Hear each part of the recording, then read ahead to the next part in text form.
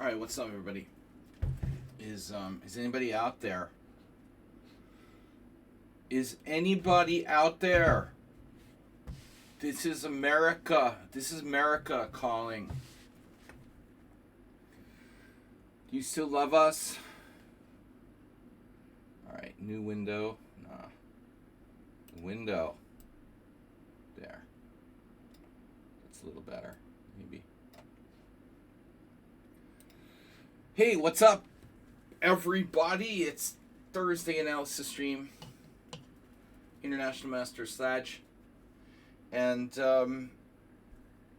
yeah, happy World War III and global economic collapse and all that.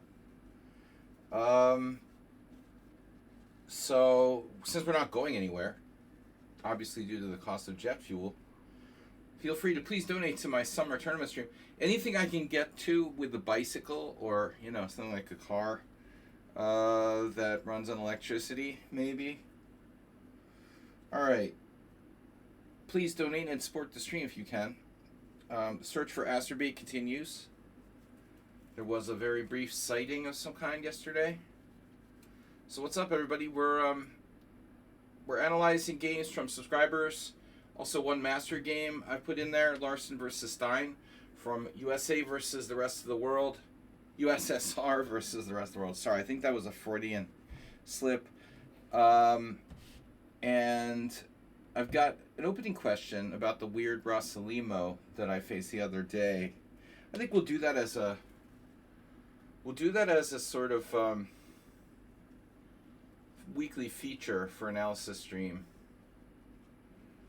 Analysis of some opening line or position that we can focus on a little bit. Not nothing too in depth, but that's kind of a cool idea, I figured. Okay, so this first game is because I think Morales generally isn't here. So he has, I assume, late work or can't often be here. So he sends in games, but often isn't in the stream to talk about them while we're actually analyzing. So I thought we'll do Morales first, but let's get the stream active first of all. All right, let's make sure we're active. We're active. Okay, we are active. All right, stream is up. Stream is up. We're streaming. We've got 4 viewers, setting records left and right. Guys, please donate and stream. If you do donate, or any kind of follow what you have, you've got hit points from Mr. Coffee now. Stream boss. The stream boss loses their hit points. They become unstream boss, and right now Mr. Coffee has 2,545 hit points, so he's about half his health. We don't need these glasses unless I start analyzing from the book. All right. So we're starting with Morales. So we had this submission. Morales is a VIP. He's been a follower of our stream for at least 8 years now. I've been streaming for over 9, I guess. I've been streaming for like 9 years, maybe more. This might be my 10th year. So Morales is white, and I don't know, the openings are acting weird lately. It sometimes works and sometimes it doesn't, and it'll like pop in and out. So let's see. Morales is white. They played the annoying Caro Khan, and now the master database opens up. Okay, so Caro Khan is like, I mean, dude, now I can't see the first move. Great. Caro Khan, I'd like to see the opening explore from move 1, by the way. Oops, sorry. Why don't you guys fix it? Alright, so we got e4, c6, d4, d5, and the move that has the best score with the high percentage of games, best score with a very large sample size, e5, the advanced variation, Caro Khan.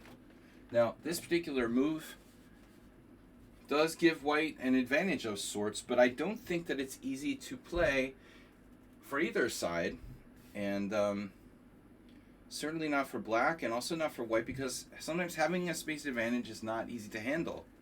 A lot of players tend to overextend themselves. Hercules, follicles. What's up? So, even though like e5 might technically be white's best move, that doesn't mean it's like everyone's well suited to this. Black now plays bishop f5, and I think this is best, although there's a lot of support for this move c5. And it is weird to play c6 and then c5, but the situation has changed. Botvinnik himself played c5.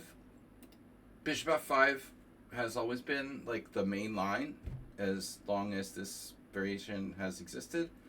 And now Morales has played different stuff from what I recall. But at this time, we're seeing the move bishop to e3 here. I've seen pretty much everything. So look at that opening explorer. I mean, how many positions can you play in the opening where it's like move 4 and you have 1, 2, 3, 4, 5, 6, 7, 8, 9, 10, 11, at least 12 and counting candidate moves? Brah. That's 12, and I'm not even, scrolled all the way down. 12 candidate moves for white at least. So we got to follow. A few seconds. Kwakani has followed. That will reduce Mr. Coffee's health by 5 points. So bishop e3 from Morales. Now this is one of the newer-ish systems for white, along with knight d2. Moves that, let's say, didn't exist 20 years ago, really.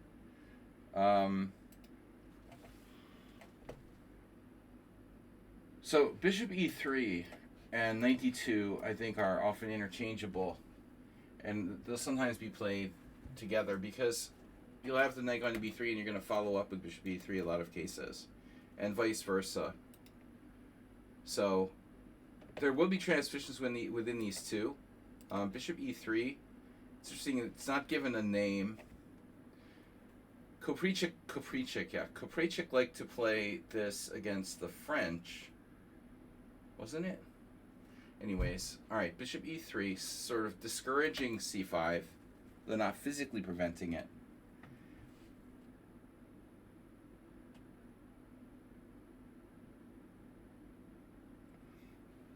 All right, e6, supporting d5, also supporting the possible c5 break, developing. Now white plays knight d2. As I said, this is part and parcel for the bishop e3 type of stuff. Can black play c5? Has a very bad score over just a few games. If black were to play c5, what would you do? Would you take? Allow d4, bishop on f4. This was played in one game. This pawn is pushed past its prime.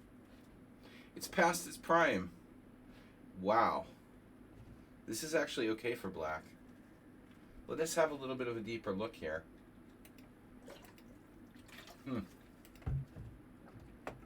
That's good to know, because inquiring minds want to know. Did Strunas Solskis know how to play here? Did Chaparinov, only one player, Edward Skunk, played the move? The engine thinks only bishop e5 check is good for white. Let's check the Lichess Explorer. D takes c5. See, the vast majority of players play d takes c5, and it's a mistake. See, this is very subtle stuff, man. If c5, apparently this is the only move that gives white an advantage, bishop e5 check. Morales, I gotta say, I feel like, I don't know. Somehow I feel like this move is better. But black could try to play c5 there anyway. Now this is better. Solskis as black. Something about knight d2 I like better. I don't know what it is. I mean, maybe it's the fact that it's been played more than bishop e3. Maybe it's the fact that I just don't feel comfortable. My bishop is like stuck. Hercules, when are you going to become a subscriber? There's, you have a chat limit for non-subscribers. Only allowed like 5 lines. Okay, I'm just kidding. All right, so e6. So c5 is interesting there. Knight d2, we transpose. Now knight d7. Knight d7. I never know like which way to go with these knights. Black plays knight d7. The problem is like, ideally you want to play c5 and put one knight on c6. Maybe you have the other one on d7. So if you go knight e7, you go knight d7, you can go knight e to c6 later when you play c5. You're over the limit. Alright, knight d7, Carlsen, Wang, Hao. And now g4. No comment about this move. I hate this move. Blech.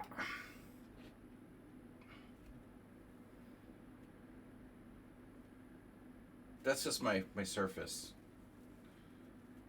My surface feeling. Morales has his own ideas. Okay, so g4. This is not the standard move. White normally plays what? Knight b3. Remember the first time I saw this, like 10 years ago, I was like, what? This is a thing?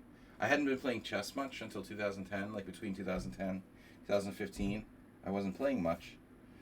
And was kind of getting back into chess, and I was really surprised to see like a good friend of mine playing this with white. I was like, what is that? This is weird, knight on b3. So anyway, a totally different approach. g4, bishop g6, and now what? Knight e2. So Morales played this against me too. I have a game or two here. Zvygintsev is a creative player. He was a student of Dvoretsky, and I met them together. And I myself had a few lessons with Dvoretsky. Zvygintsev was there in Boston. So, knight e2.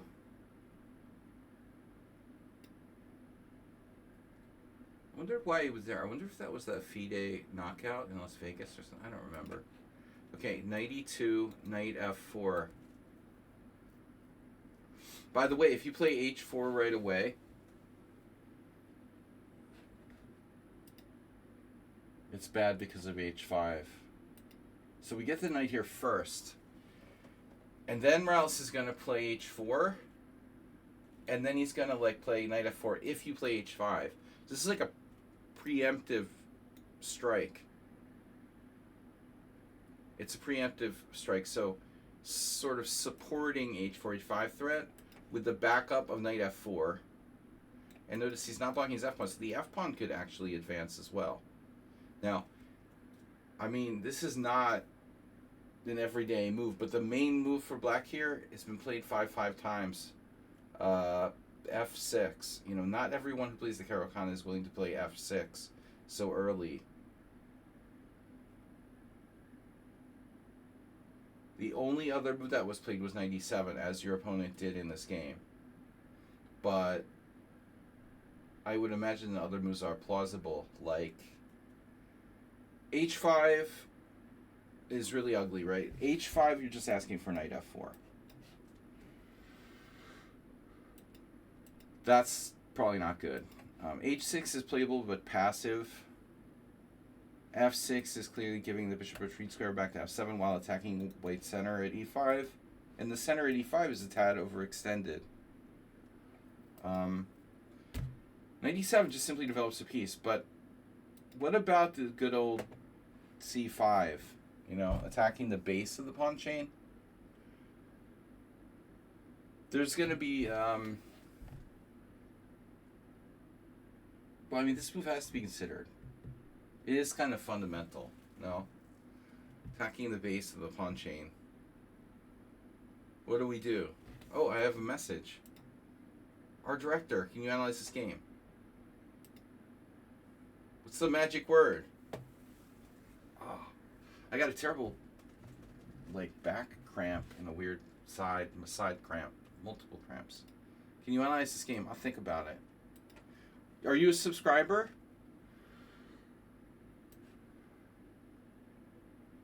I can't just click the link, right? That sucks. That would be cool if I could do that. If I could just put links in the studies, wow, would that be awesome? Can you just do that?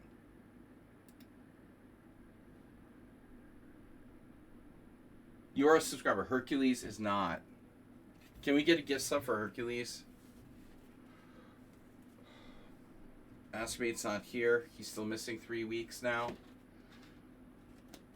There was a purported sighting on the Evil Chess site. Listen, by the way, our director, if you're watching, if you're listening to the show, you know, you were right about that game yesterday.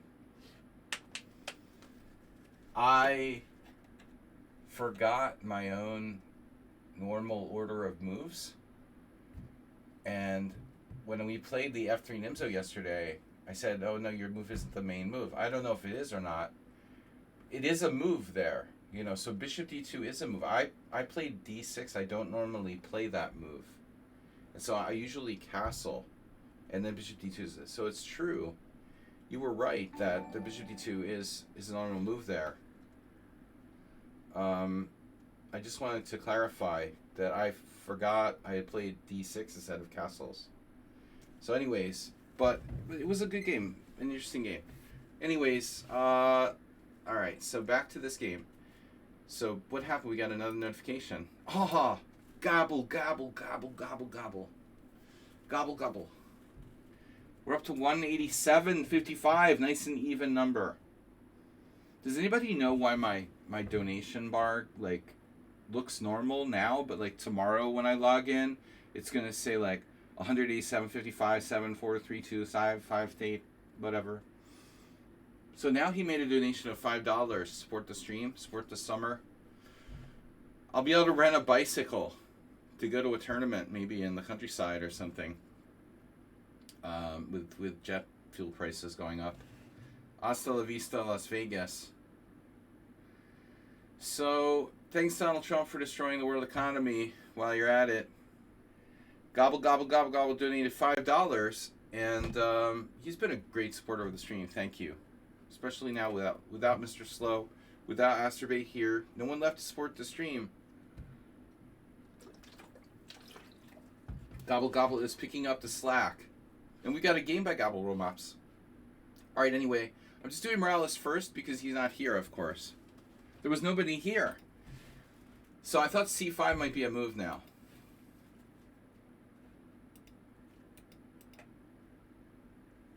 What about this? Is this a thing? It is a move. Theoretical novelty, c5.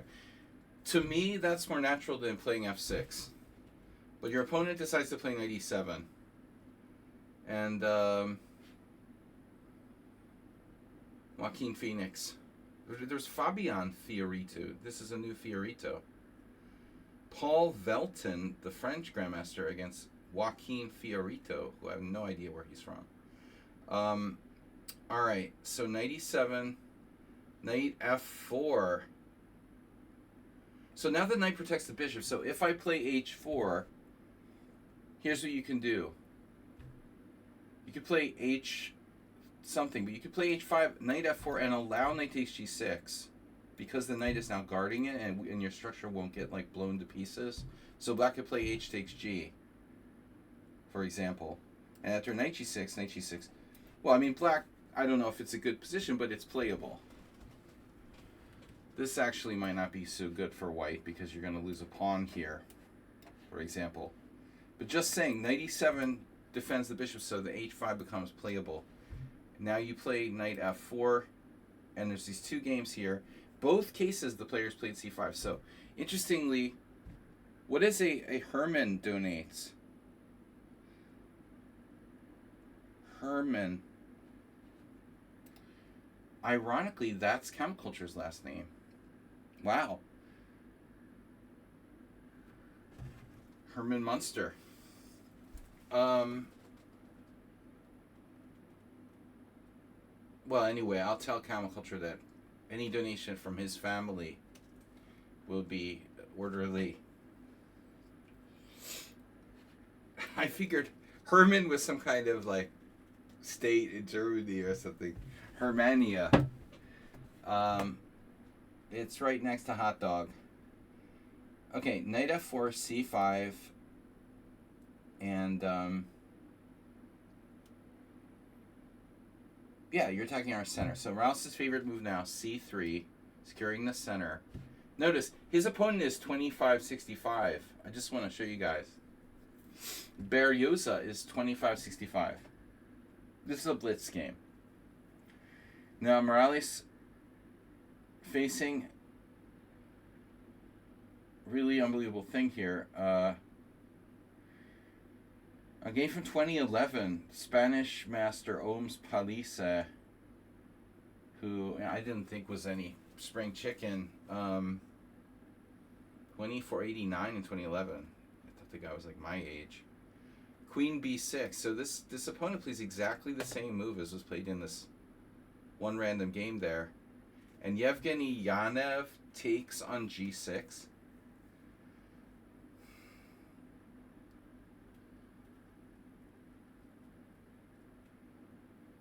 First of all, it's surprising that Black will play the exact same move. Okay, Fiorito, the younger, played h6. This is just going to cause White to take on g6. And after knight h6, Belton is better. Bishop d3. I don't think that h6 is a good move. You know, clearly something more constructive is in order here. But okay, one point of note. Like, I just want to say, like, say we make a random move like a6 or something. White plays h4, then you can play h6, but you can also play h5, because after knight takes g6, you do knight takes g6, pawn takes pawn, maybe knight goes back, and then these pawns aren't so great. You know, I mean, they're not the greatest pawns. Maybe White's better here, yeah. All right, queen b6. And now, Yanev played knight takes g6, but I don't know. So you didn't want to do knight takes g6. I also don't want to do knight takes g6. I don't see why that's played here. Ohm's police. So you play queen b3, Kuprechik style. Now Black plays c4. Please sack a piece, Morales. You sack a piece for 2 pawns and an extended attack. He did it. Unbelievable. Check this out. Okay, c4, and then you're like begging White to do this because of the knight d6. Black's at 2500. Black has to take. And now White takes on c4, and then you trade queens, but knight d6 check in between move. Which is not forced, but clearly good, right? King d8, only move, and now we recapture. So what do we have for our sacrificed piece? An open A file, half open A file, pressure on f7, and the strong knight on d6, and threatening the b7 capture. So it looks scary. There's also a threat of knight takes g6, followed by knight f7 check. So obvious suggestion is like king c7. That's what Black played.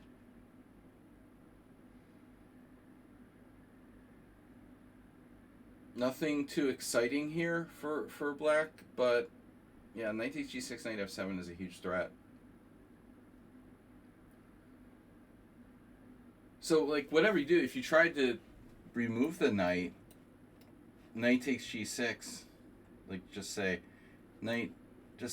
for example, here, I can always take here, attacking a rook, and then when you take, I fork you with knight f7. So the king has to get out of the fork. And so the point is, like, you could take on g6, but if you take on g6, Black takes with the f pawn, and that pawn is no longer hanging. So, okay, here we got this position. What do we do now?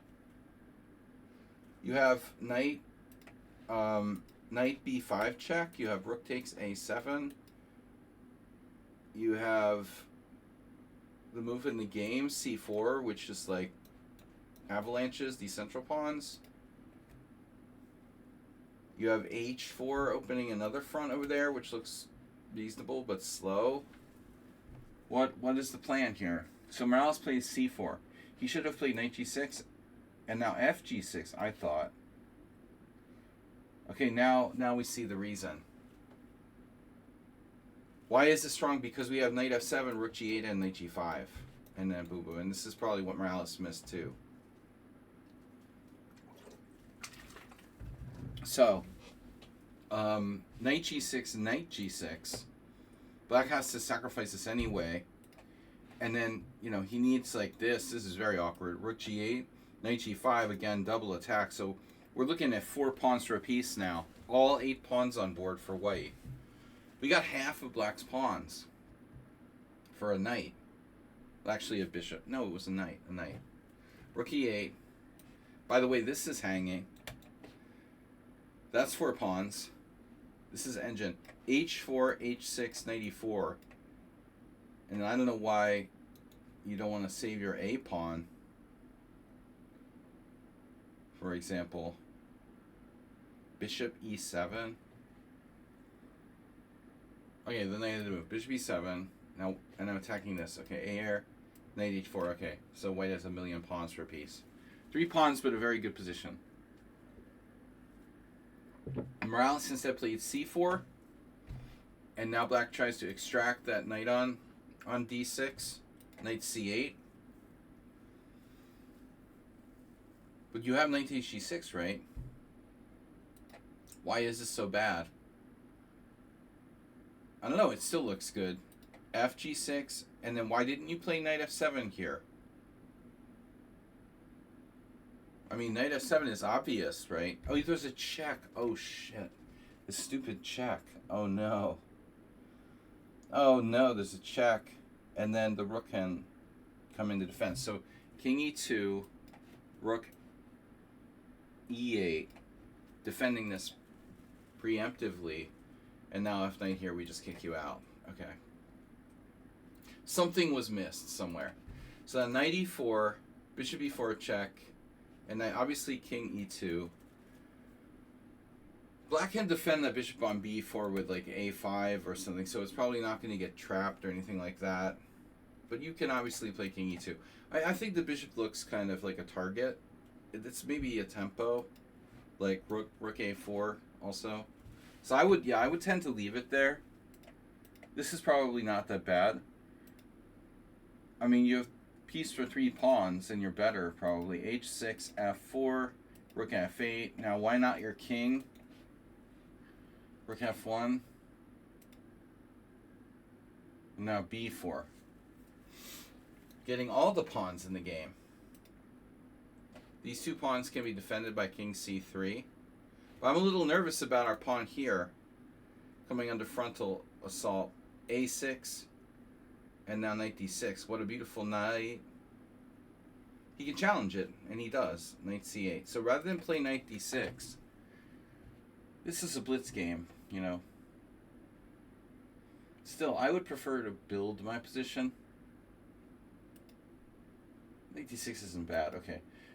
Now what do? You could play c5, but you would give up these squares.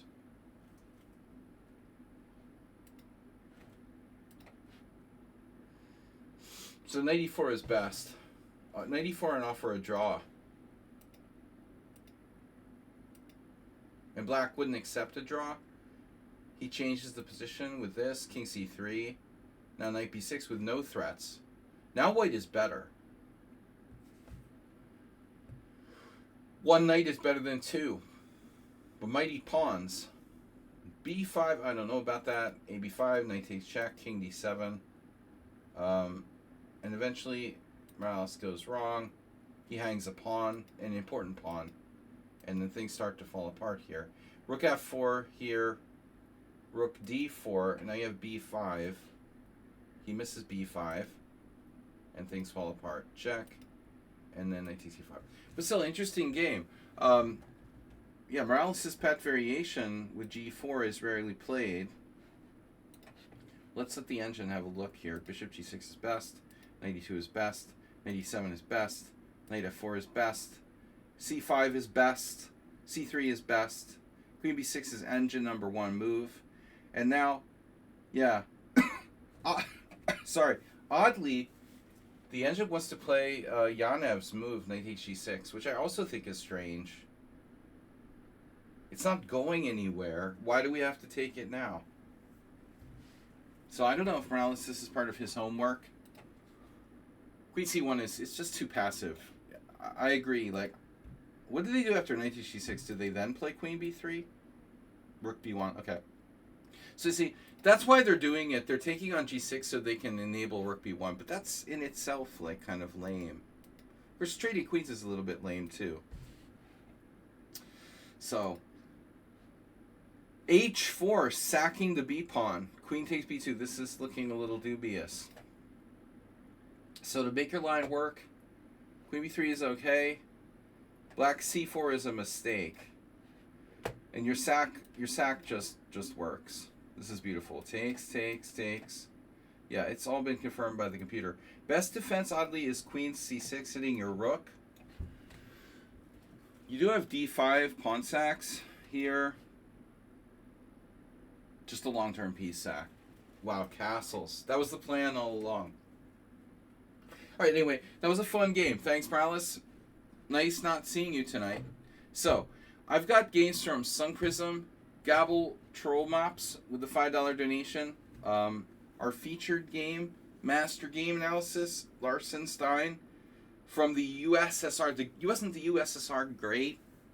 Let's make it up again. Let's remake it in Putin's honor. USSR versus the rest of the world. Larsen-Stein, which I have a question about that. There's a picture here. It was Larsen-Stein. In the background was the background was Geller against Gregorich. Oh, that makes sense. That makes sense. Okay. Yeah, because Yugoslavia doesn't count as USSR, obviously. Okay. So Gabble Trollbops, you're up next. Gabble Trollbops versus Probiotic. And you're playing d4. You of all people's playing d4. Peoples. Peoples are peoples too. Where's my opening explorer? What the fuck? Now the opening explorer we have to sync. Now the opening explorer is working. Okay. So this is Gabble Trollbops versus Sitchiobic. Sitchiobic. Oh no, it's a Roslimo. We have an opening analysis for you guys. Oh, Antonio, you just missed your game. Okay. Now you show up. You never show up on an analysis stream days. So I did your game first. That's ironic. You never show up here. No Astrobait, so we did you first. Substitute for Astrobait. E4, C5, Knight F3, Knight C6, Bishop B5. Guys, please subscribe. And donate. Please subscribe and donate. And check this out. Later, I'm going to show you guys this very weird variation with D5. What the fuck is that? Excuse me. Sorry for my bad language. Gabble Romops, thank you for donating $5. Yeah. That was a little unclear what my attempted accent there was. Okay. Yeah, that's stupid. Anyways, we're going to look at that a little bit later. This is Gabble Romops. Oh, I'm confused. You're not playing D4. Alright, I'm losing my mind. Sorry, the game got stuck there. The game got stuck on this, and it wouldn't switch. So I thought Gabble Romops played the Roslima, but I know you played D4. I know. Sorry. No, I even said it when we started, that you've been playing D4 lately. So this is D4. And you used to play E4. And you didn't play the Roslimo. Alright, so C4, E6, Knight C3, and the Nimzo. And now you played the Spielman, Rudolf Spielman variation with Queen B3. It was a mouse slip. His fingers are too fat. He meant to put the queen on C2, but he put it on B3 instead. I did that once. I lost very badly to Charlie Hertan. But, Yeah, don't play stuff you don't know. Like, I didn't really know the variation well enough, and I got transposed to something I didn't know. But E3, Queen C2, those are the white best moves. F3 is very sharp. G3 refuted by Hans. There's A3, Bishop D2, Queen B3, strange Bishop F4. So, all right. So the Spielman variation. Here's my take on this. It's a lot like the classical or Capablanca variation with Queen C2, and it can transpose. But fundamentally, it feels like you're putting your queen in an exposed position. It should be wrong, a little bit wrong. It's not as correct as Queen C2, so to speak, but at the same time, okay, you're white, you can take a little bit of liberty, whatever. Nimzovich had a game where he played black against said master. And I think, isn't that why it's called the Spielman variation? Because Spielman got his ass handed to him by Nimzovich in this? Probably not, but Spielman known to play this move. So the queen is vulnerable to being attacked later. Not so easy to attack it right away. Like, black can play knight c6, right? But it's no big deal. Knight c6 is highly likely to transpose to some kind of thing. The best move for black is c5. The point of c5 is that after d takes c5, we play bishop takes c5. This is what I think Nimzovich did.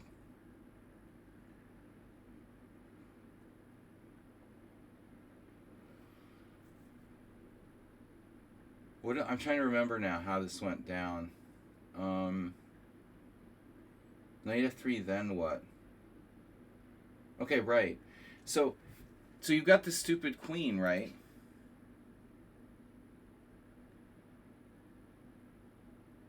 After d takes c5, bishop takes c5. You'd rather have the queen on c2 than b3. So after knight f3, now here's the question. Knight c6 or castles?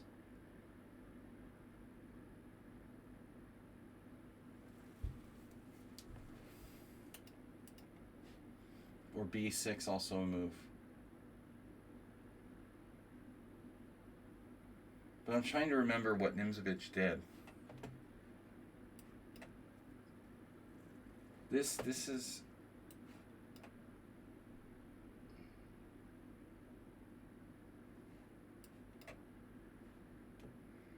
This is a variation normally played with the queen on c2. This isn't so good for white. Now, I can't remember what I was thinking. Maybe b6 is good.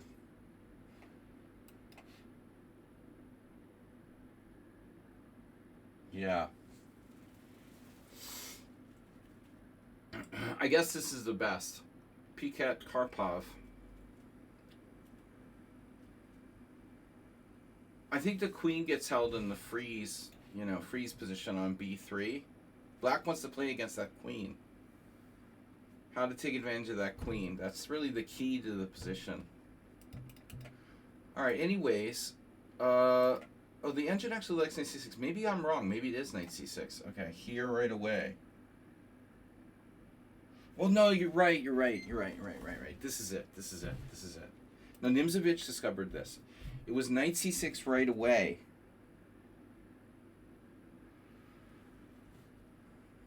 Knight c6 right away. It's okay, Roll-Mops, because most people don't know this, but knight c6, even I forgot. Knight c6 right away, then knight f3, stopping knight d4, and then you just play knight e4. Now, this is the idea that Nimzovich played. This is awkward.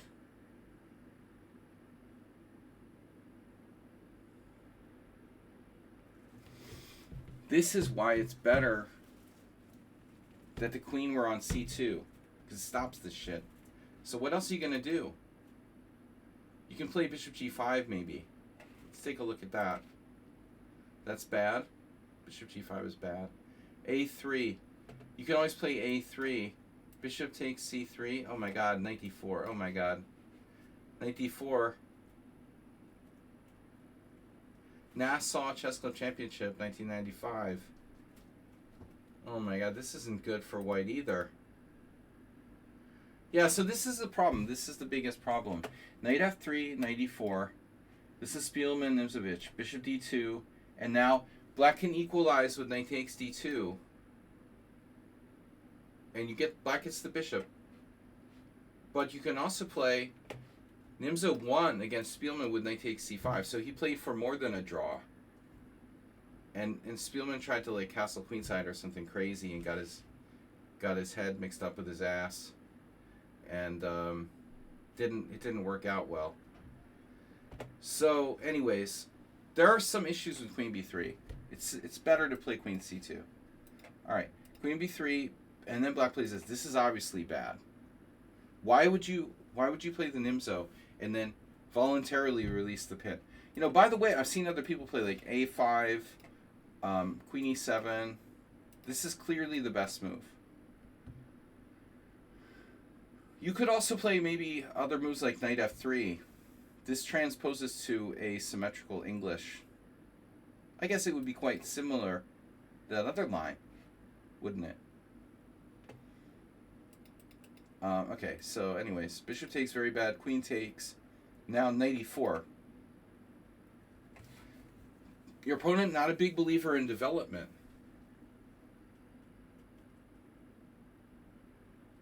Take right away a knight e4, and he's only going to get pushed back here. Queen c2, and now f5, which is consistent. Now you have f3, queen h4 check, losing, so we don't want to do that. Normally, in this type of position, white plays either knight h3, or what else? Maybe g3, that's kind of lame. Why is there no games with knight h3? I guess because of knight c6, maybe?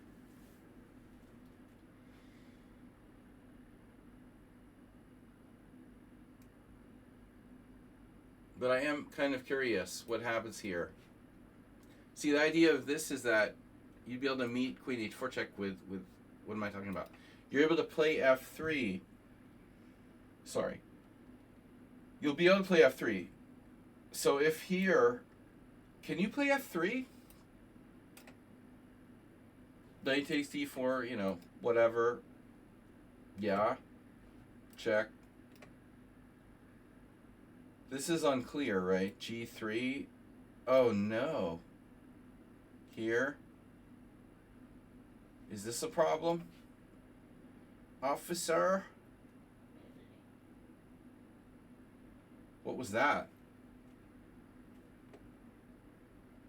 Officer, do we have a problem here? So, okay, I think that's fine. So, okay, here's my question. Is knight h3 a good move? I'm going to kick that knight out, and I now have g3 for real. So let's say black castles. I don't know. Play f3. Check, g3, and you got nothing because sack doesn't do anything. So, is knight h3 a good move, and why has no one played it? Apparently it's not a good move. So knight h3, it's an okay move.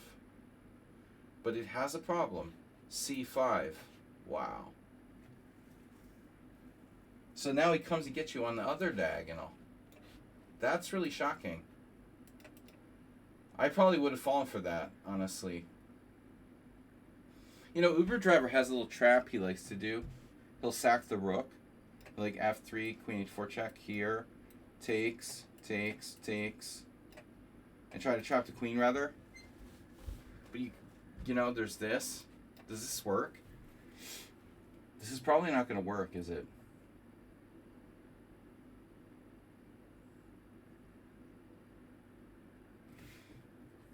Because here, bishop f4. Oh my god, this is unclear. I bet you never thought of that, huh? This is apparently unclear. Wow. If you played f3, he has to go into this. Otherwise, he's worse. Knight g3, h3, queen h1, knight h3, queen h2, bishop f4. Yeah, it's totally insane. Right up your alley. Right up your alley. It looks dangerous for both sides. Black has like very little development, you know? And the queen is still potentially trapped. Could still potentially get trapped. I mean, he's really close to getting his queen trapped. So that's a cool line, you know, if you're inclined to play something crazy. E3 and now B6. Fidel Castro.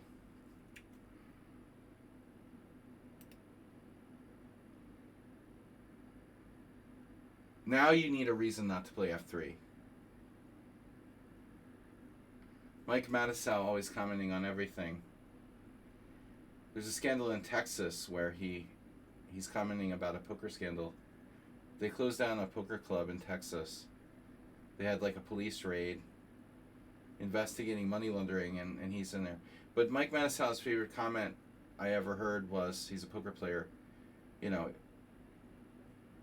just remember, look for reasons to fold, you know. And I always like that. But after B6, I'm looking for reasons to fold. And the reason I say that, but what I mean by that is like, I'm looking for reasons to not play F3. Folding here is like not playing F3. You're looking for reasons to fold. So, I'll give you an example, right? If Black had played C5 instead, much more active move than B6, then they would have that threat of like Queen A5 check. And then you'd have a reason to fold, so to speak. You know, F3, Queen A5 check. That's kind of annoying, yes.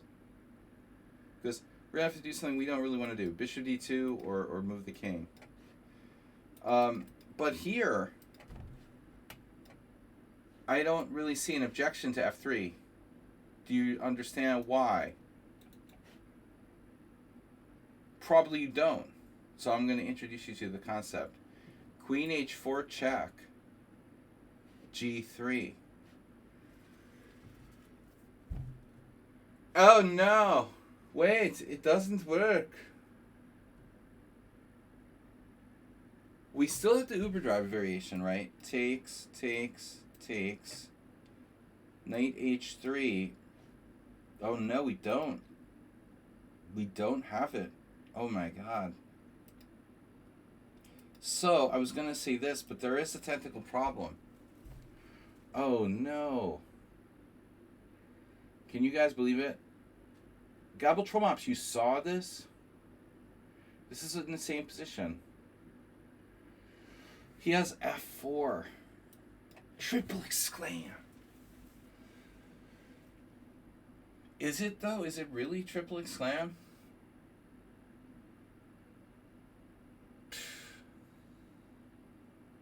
The hell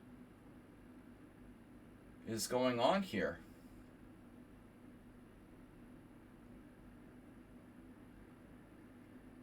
What do you guys think? I'm gonna cheat with the engine. Wow. You're better. But not if you make the obvious move pawn takes pawn. Now you're worse. Your structure's torn to shreds. But you're better if you find some sort of weird subtle move. But I want you to learn from this, Gabble Tromops, that your queen has lateral, and so this E3 is connected because your queen, it's like the French. You play the black side of the French, and your queen is on C7, and you play F5 or F6. That lateral defense plays a key role in F7 Baffinik, transferring the queen from C7 to like F7 in the winner were French. Similar theme here. So oddly enough, you played the exact same move. No, you didn't. Somebody played knight e2 here. Okay, yeah, that's cool. That goes to f4 probably.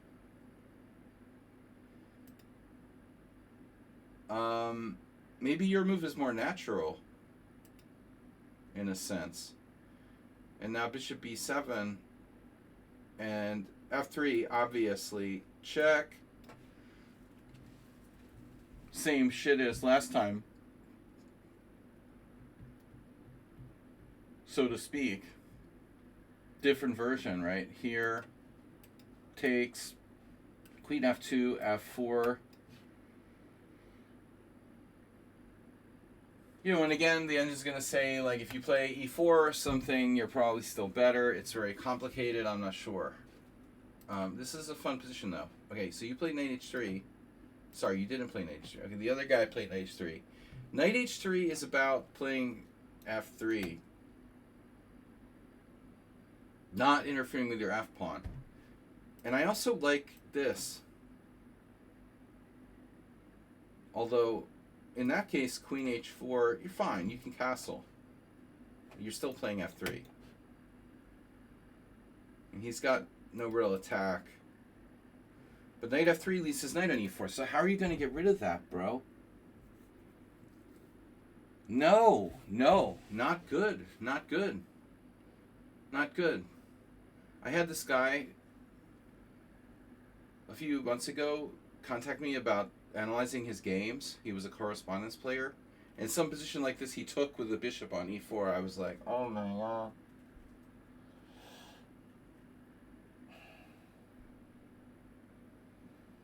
You can't give up your bishop for the knight on e4.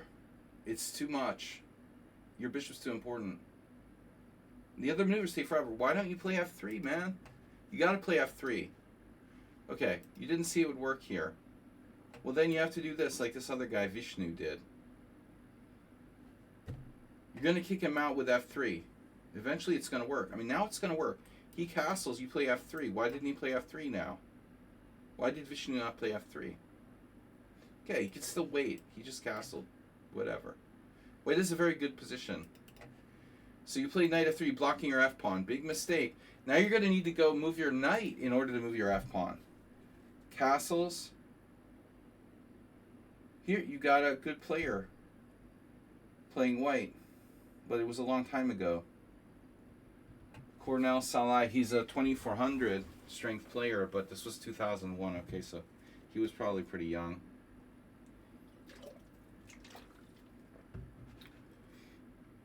I am strength guy. 2001. All right, so B3. Solid.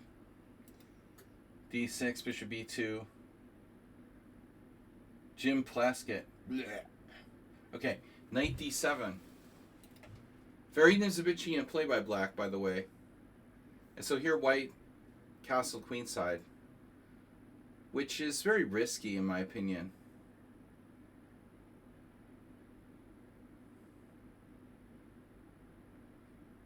But you cannot live with this knight on e4 forever, my friend. You're going to need to get rid of it. So why don't you castle kingside? Now you're going to have to play like... Okay, you're going to get attacked now. This is where we're going to start to see like rook f6, rook h6, Judith Polgar type of stuff. Or queen f6, another stonewall attack motif. This type of stuff. You made a big mistake putting your knight on f3. So I don't like Ravi Kumar castling queenside, but I think white's position is already... And you see Plaskett is playing exactly like Nimzovich. This is... Okay. Do you have like 911 in Germany? Poison control or... Oh my god, man.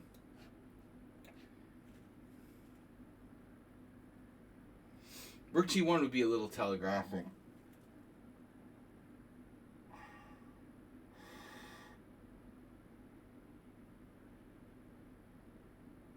We were talking about dangerous before. This is dangerous. Can you call poison control? Knight takes f2. Tactic. Yasser Seirawan flash tactics. You have 10 seconds to come to tactic. Boom! Refute that.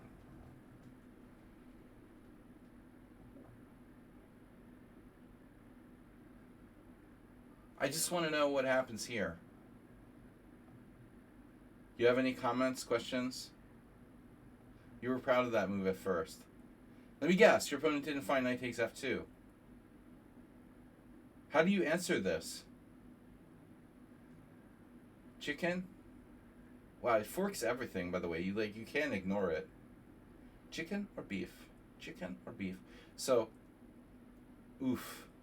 So, okay, for example, king takes, pawn takes, bishop takes h7 check just for kicks. Here, bishop e4. Ooh, even queen h4 check is nasty. I'm not sure that's the best move, but it's an option. Yeah.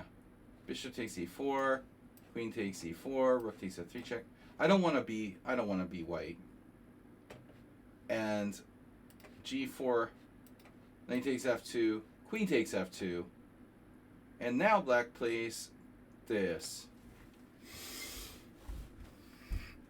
So maybe you could survive, but the bigger issue is really this is like a multiple pronged problem. I mean, you got this and you've got this. I think you're just screwed after knight takes f2. But your opponent is purely playing kind of standard strategy here. So he plays knight g5. Not looking for combos. This is a much more straightforward pin it and win it type of tactic. Obviously, you have to sack the rook, but it's not a catastrophe because the good news is you sack the exchange. You have knight takes e6, don't you? Get it back. I'm gonna wager that black probably missed that he thought he could take a rook, then it was like, oh shit, he has knight takes e6. So this is probably second sort of thought. So you still have chances. Rook g1, and now this is defended, and then if he takes, you have bishop takes h7. So suddenly you swindled your opponent out of his advantage, and you're actually really going to castle queenside now. And your bishops look good. Maybe black should consider taking here.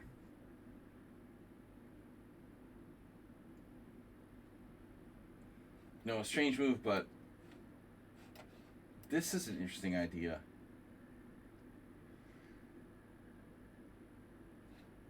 Probably not good, but something I would consider. Your pawns are so strong, but no. After this, f takes g4, you just take on h7.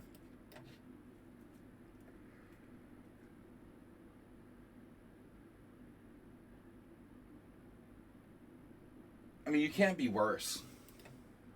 It's 0.0.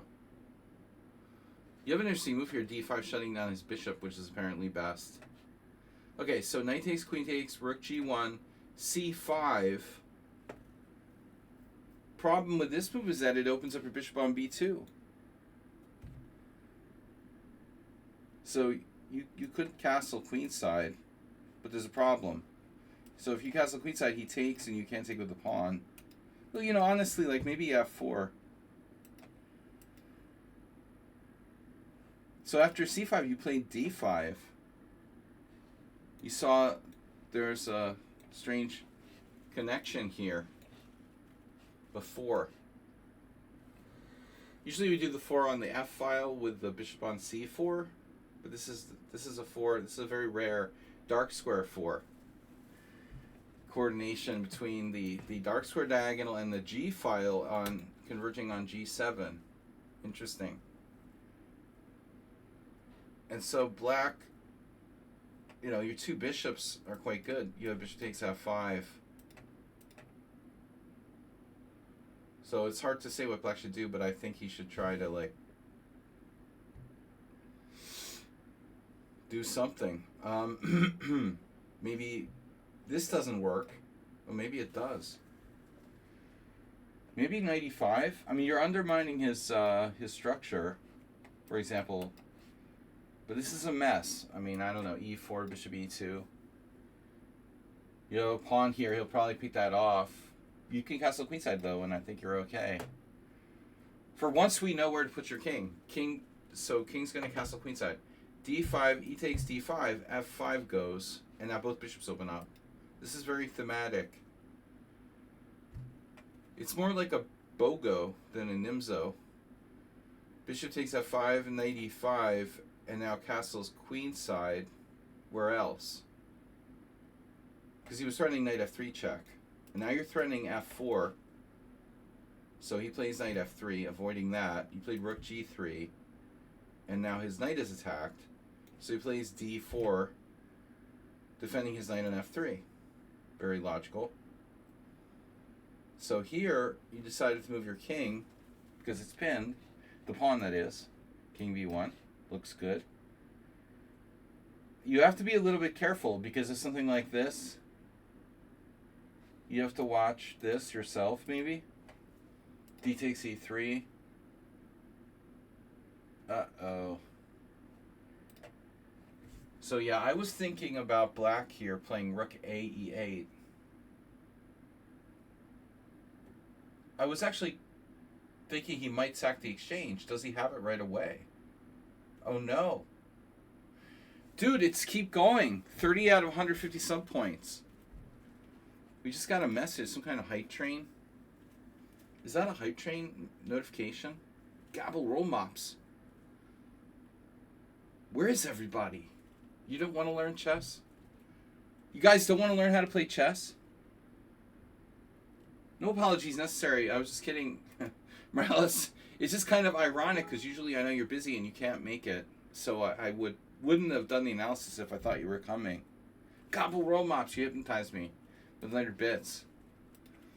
I'm thinking black could sack the exchange. But it's supported by your queen. So now I don't know what I'm thinking. Morales, you're welcome. I'm just thinking like black needs to come up with a good move. How? It's ironic that like even g6 sucks. You know, even if it was like g6 and he had time to take your bishop, you're skewering him on the g file. It's like a joke, you know. Like, he can't get your bishop off that diagonal. If he sacks the exchange, it's defended. f5 is defended. And you're still killing him on the g file. So it's like, I don't know what to do here with black.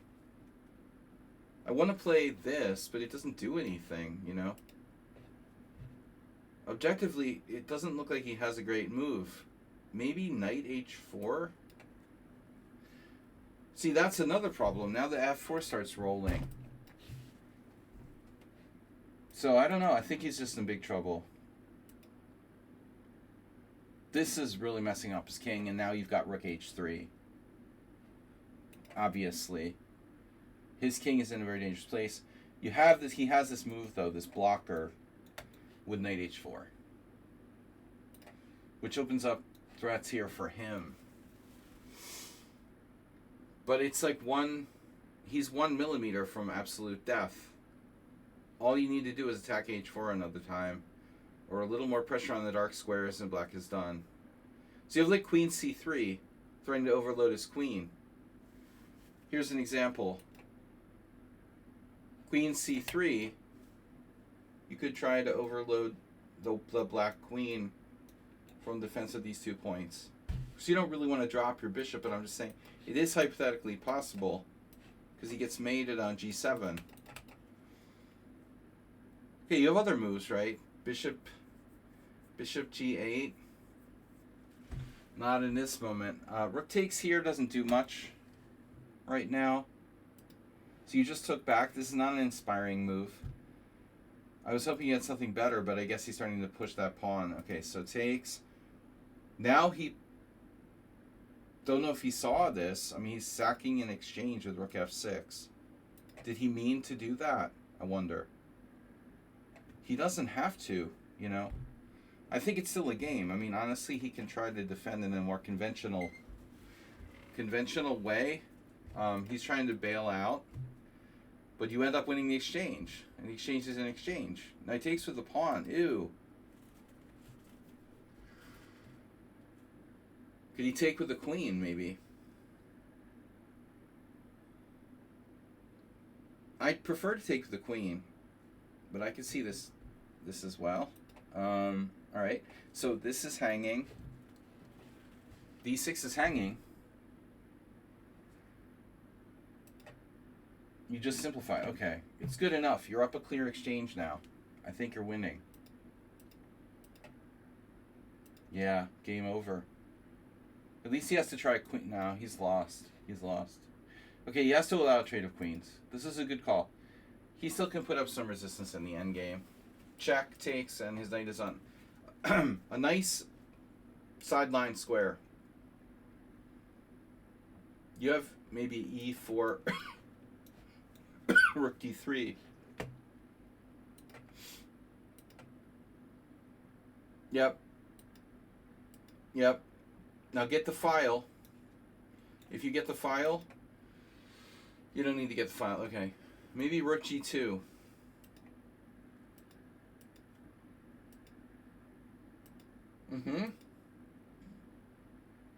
Still can't finish him off. He's a good defender.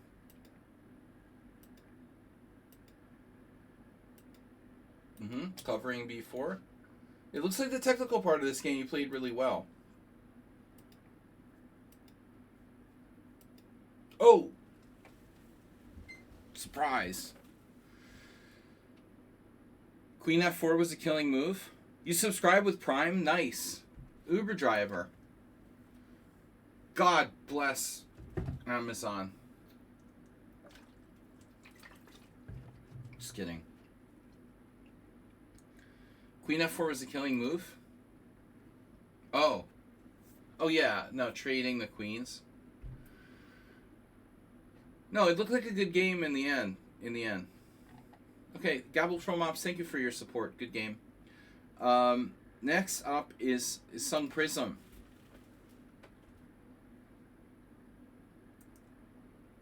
We're doing the viewer games first, and then I'm gonna do next. Oh, we've got opening. Wait, we've got the other guy. Yeah. Our director submitted a game. Thank you, Gabble Mops, for being part of our analysis stream. Dragonfly Hunter, welcome. You have decided that I will never learn how to play chess. Your play is unfixable. We can put you in an Uber driver together in a adult class for unlearning chess and then relearning. That's what Korchnoi claimed to do, right? Oh no. French defense. Oh, Uber driver. Oh no. Uber driver. Uber driver played the French defense.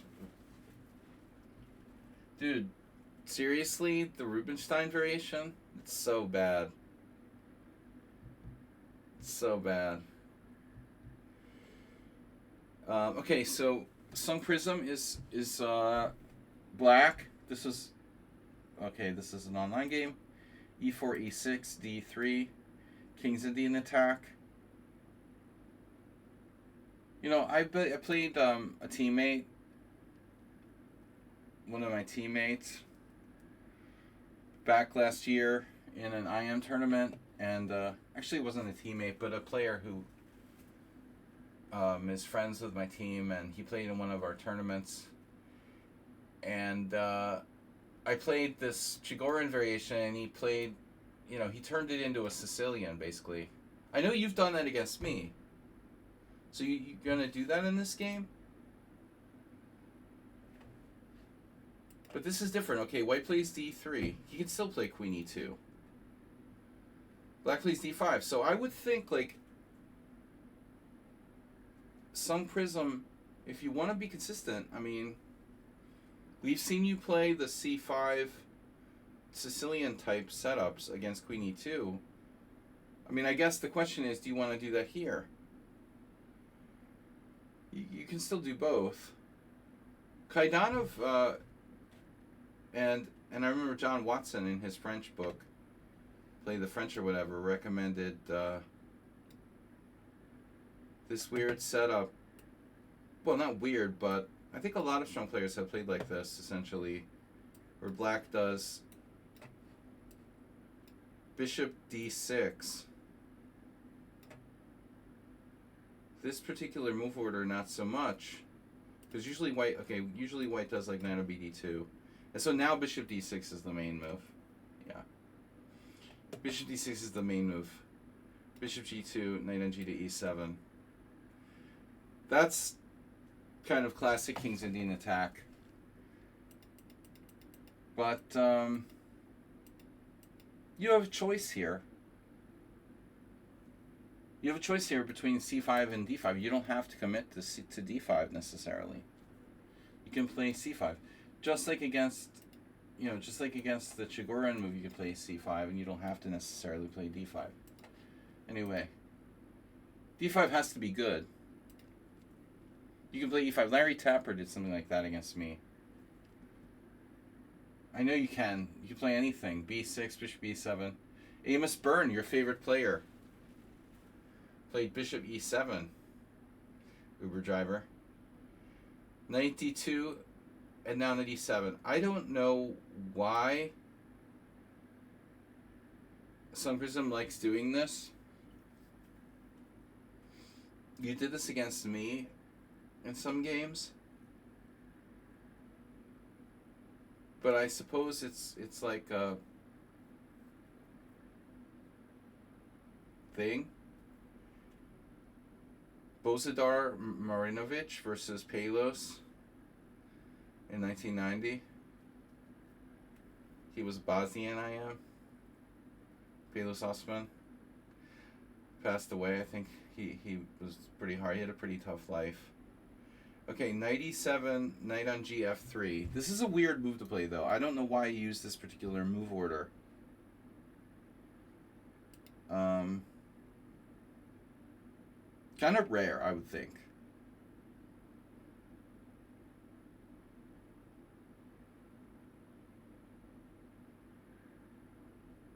I feel like I had a game with Larry Tapper in the 90s where he did something like knight c6. I did knight f3.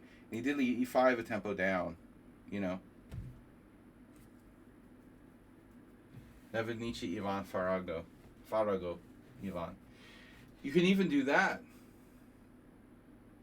I would think like white might have d4. But this is weird. Knight e7. Okay. So look who's played this. Bruno Carlier. Palos played it. Anton Sitnikov. Mark Lyle. Multiple games. Paul Rovitz. In 1989. The Danish FM. Who I played in the World Senior. I'm not really sure I get why you do this, but it's a move. Yeah, man, now white must have d4. Yeah, you're basically begging white to play like d4, aren't you? But still, it's okay. It's playable for black. Yeah, Sinus, your point is well taken. I mean, of course white could play d4. I don't like knight e7. I mean, I like c5. I like Tapper's move.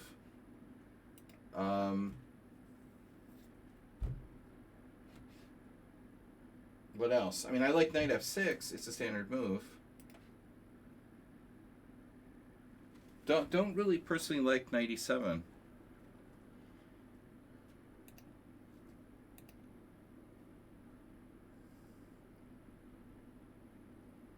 I don't know why I keep losing internet on my second machine.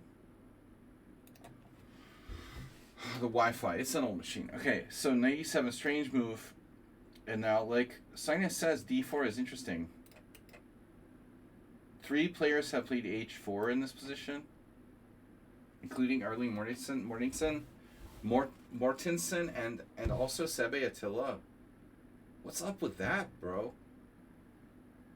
It's like an anti-97. 97 is so bad, it allows white to play h4. Yeah, I mean, this is bizarre. But, I don't really get this 97 thing. It's like you started with this. I would think like that's probably how these games could have come about, more likely. You know, black plays some funky 97 and then decides to play d5. But I don't know what the big plus side of this is. So anyway, 92, 97 sort of dubious. White plays, you know, normally, and now g6. So you can kind of backdoor it into like a normal King's Indian attack. It looks like you have a lot of weird dark square weaknesses. Get an Ethernet cable, plug it directly in the router. Guess what? My notebook doesn't have an Ethernet port. Then I have to get a cable that has an Ethernet connector. And I've done that before, Uber driver. But it's just not the same.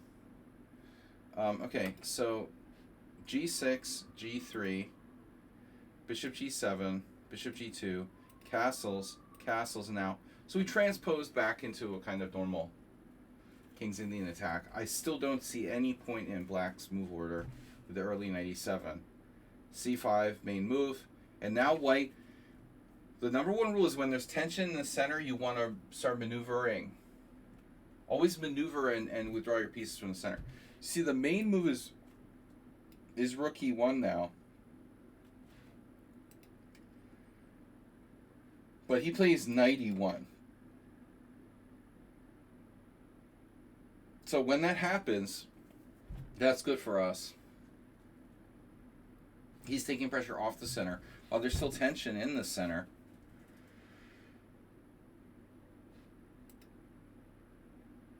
This queen is undefended. There's nothing we can really do about it. I mean, I think with a slow move like knight e1, you obviously like can consider moving something like a second time. Say e5, you would switch to what is essentially a different structure. Now it's because white's move is so slow, you can actually play the white side of a King's Indian at this point.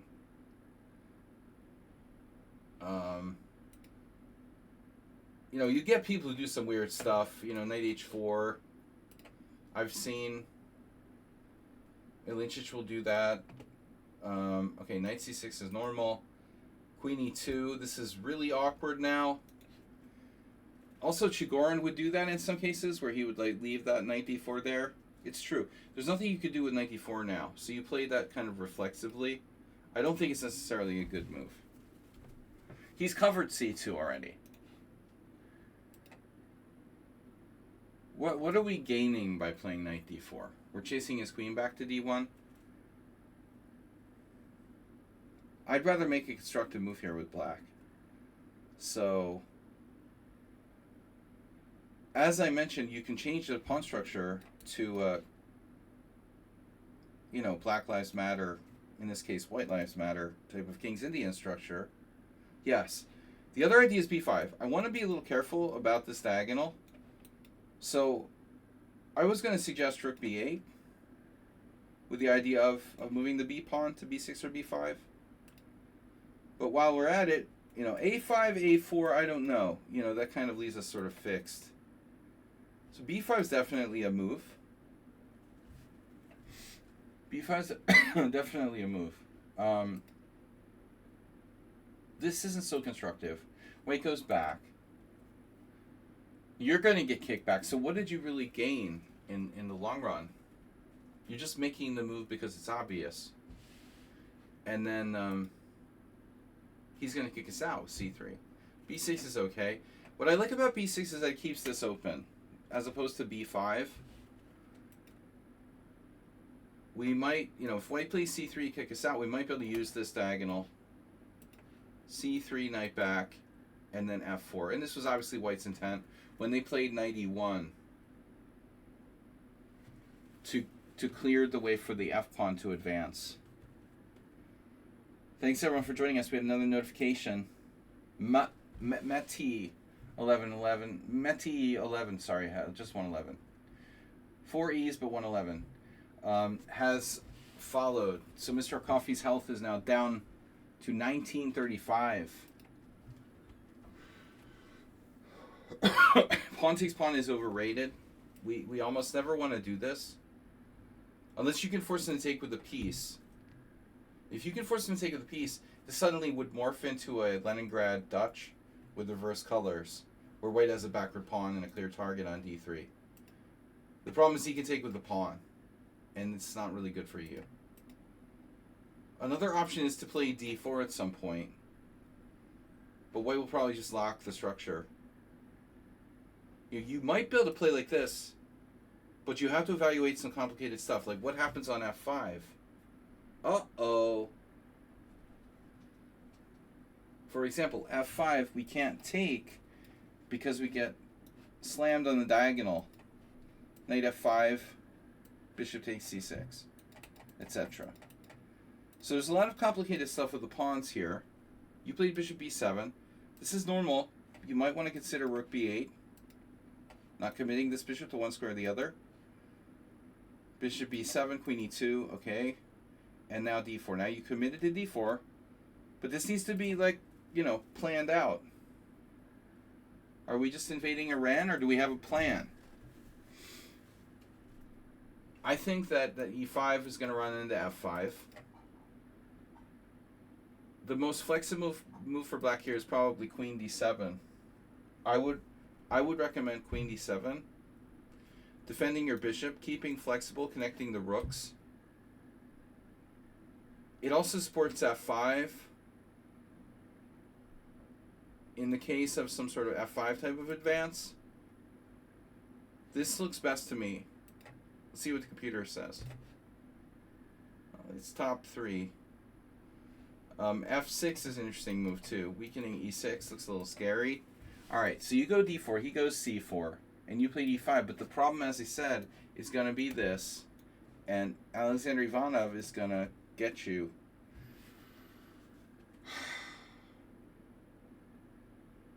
What are you going to do about f5, bro? Chigorin. I feel like there was a game I had where the same thing happened recently.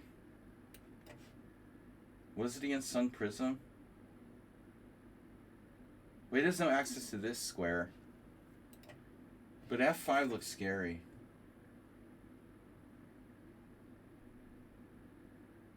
You know, you have bishop h6, which is interesting. I guess this is recommendable. But I don't know after f5 who's better. He plays this.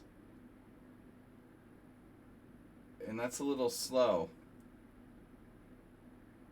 I don't really know what white's doing. I mean, he's keeping this knight to come to where? To c2, to guard against knight b4. Guard the base of his pawn chain.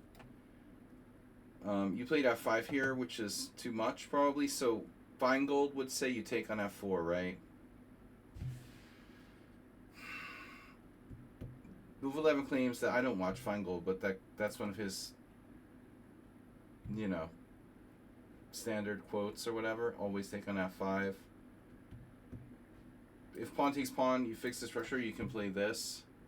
And, you know, you can cover the e6 square with your queen. It looks kind of standard. Usually the structure, though, is pretty good for white. If they have a pawn on c5, or c4 in this case, and in the King's Indian it would be, with black it would be c5, they have control of that. And so when they get this type of structure where they blockade the center, the fact that white has control of this square is very useful, because you can't access d5 with a piece. That's d-poop driver, b5. That was an earlier, okay, because b5 here could also be a suggestion, but not just yet. So f5, risky, and white played knight g5 with the very deep threat of knight e6. Now, queen d7 is better than queen d6. But I like that it defends b7. That's where we always put the queen in this French type of setup. Oftentimes in the Sicilian, it goes to like c7. This is not a Sicilian, though. It's protecting this bishop.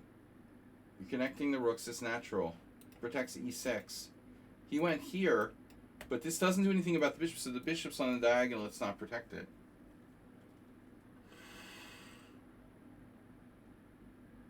Plus, the queen is generally more exposed on d6. So apparently this was best.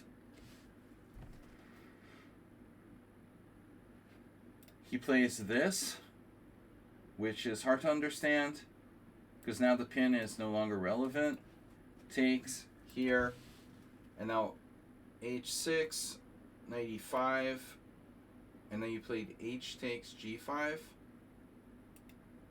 White goes back. G5's hanging. And you have f takes e4. But f takes e4 would be the idea. What's our follow-up? What's our follow-up if f takes e4? Like, again, if our queen was on d7, we could play, like, here with a crushing protected passed pawn. We can't do that if our bishop's hanging. So, for example, here, here, here, here. You know, for just a random example. Black's better. I don't know if it's winning, but black is much better, obviously. So, yeah, a whole bunch of like random moves happened, and it's a rapid game. Black now plays g4. That gives white time to secure e4. Plays the wrong way. And now you have bishop h6.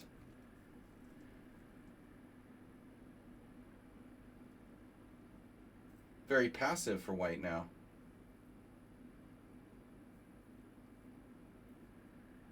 What is white doing? I mean, he's like just passive. Rook a e8, b3. Horrible, right? Because this diagonal. Knight c6. Queen d1. Can he back up any more? Queen d1, getting the queen off the open file. Knight e5. Now clear attack on d3. Queen c2. Oh my god.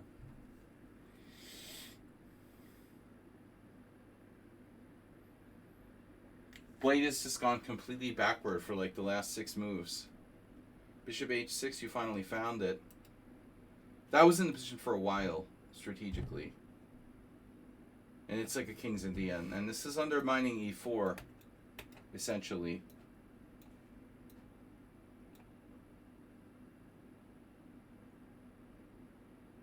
I'm not playing with people now. I'm just analyzing games. Matei. Tomorrow I'll play a couple games on Friday.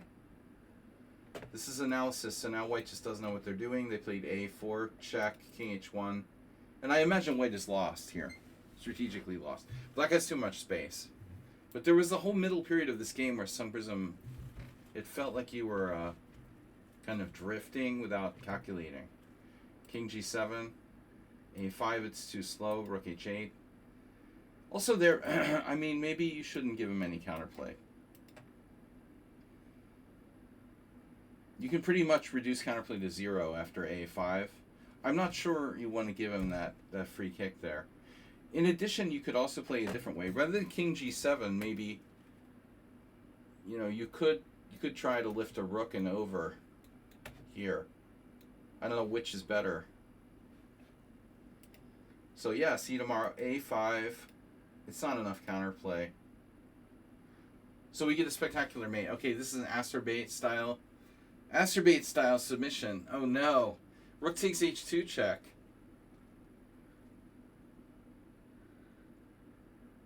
Oh no. Rook takes h2 check. And the beautiful mate. Alright guys, that was our substitute Asterbait game. Now I've got another game here from, and this was the game I was confusing. This is from our director. This was the game from... yeah, that was not really a serious game from Subprism. It was a kind of crappy quality, rapid game. Need to play more longer games. So I have an open discussion about this in a minute, but this is a game submitted by our director, aka Iatan. Black played G6. And you are white here, right? No. You must be black. Alright. You must... Oh, no, this isn't your game. I forgot. Could you analyze this game? Okay. So this is Kamsky Omadiaki. Okay. This must be an old one.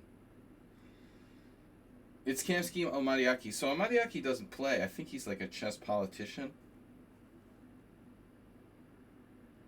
And he was married to Zhu Chen, a female Chinese player. He's, I forget where he's from. He's a GM. I played him in Blitz, I remember, years ago. He used to play the classical dragon with white. I played this in tournaments. He's old like me, probably. Okay, so is Kamsky. I'm close to Kamsky's age. God is a couple years younger than me. Alright, G6, castles, bishop G7, rook E1. This is Kamsky versus Almadiaki. An old game, I suppose.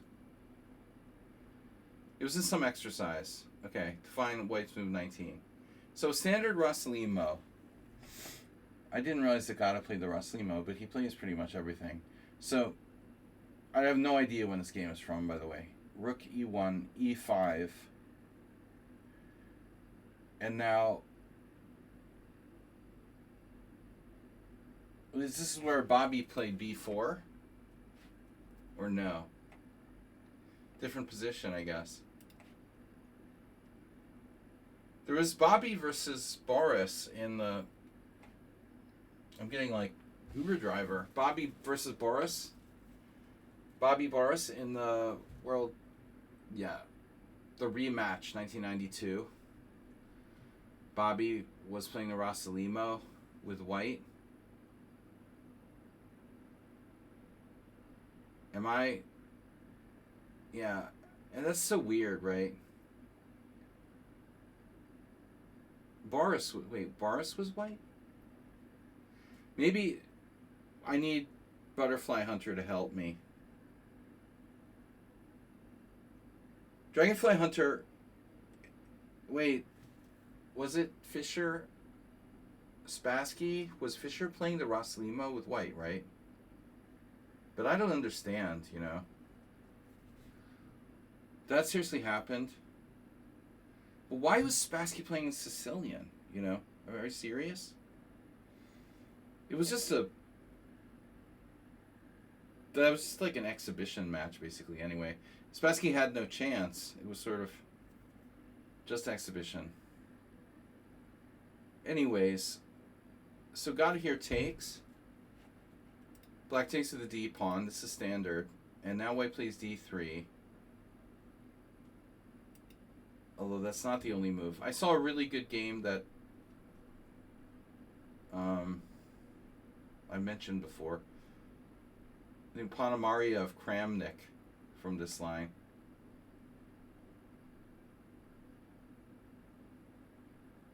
But again, I get confused sometimes about not exact positions.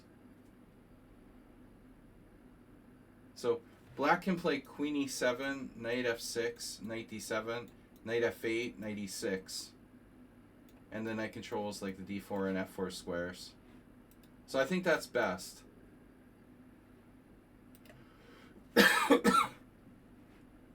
Queen e7, idea knight f6, defending the e5 pawn. Idea knight f6, knight d7. Clearly that's the best move statistically. Except for b6, which is played just rarely. But instead black plays knight e7. So the issue with knight e7 is like, okay, where is that knight going exactly? Here's the game. Yeah. There is a Spassky game. But, you know, can anybody explain to me why Spassky would play the Sicilian?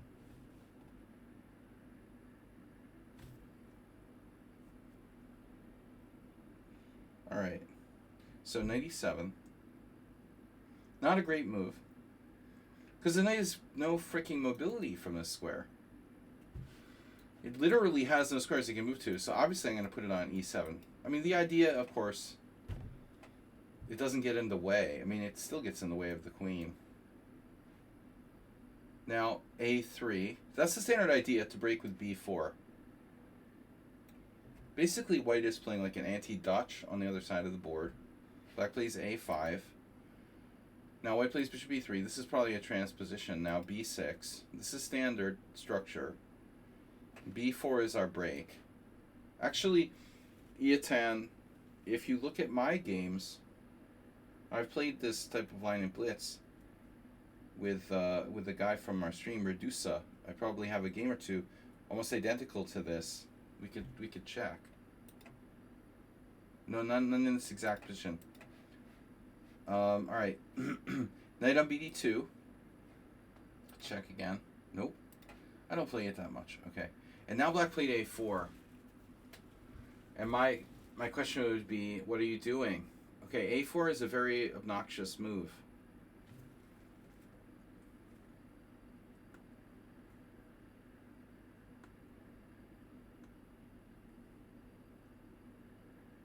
So basically with a4, black's being like kind of greedy.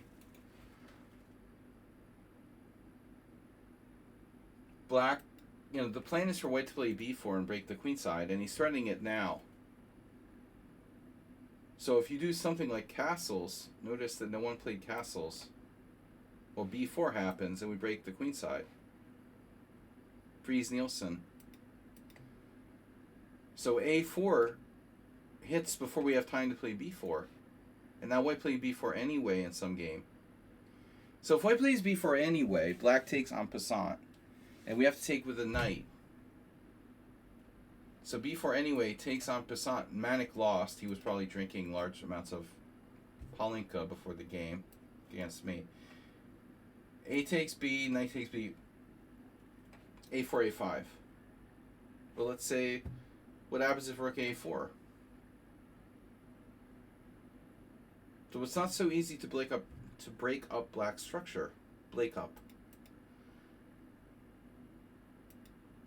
That's the point. So what does Kamsky do? He prepares it with queen b1. Okay, queen b1. And obviously, this is not about queen a2. This is about supporting your b4, b3 break. Black now decides to play queen c7. This is from 2008, by the way.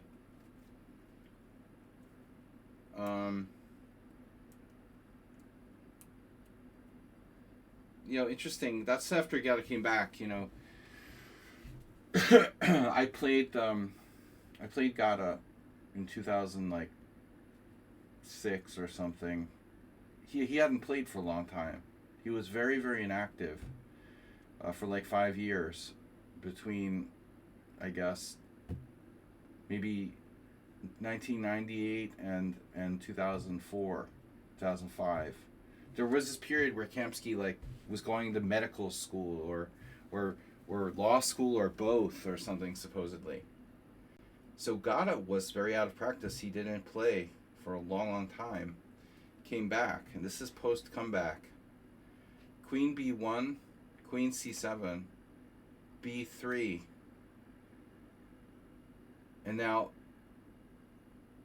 that's a funny move because on Mariaki, if b4, he's going to take on b4.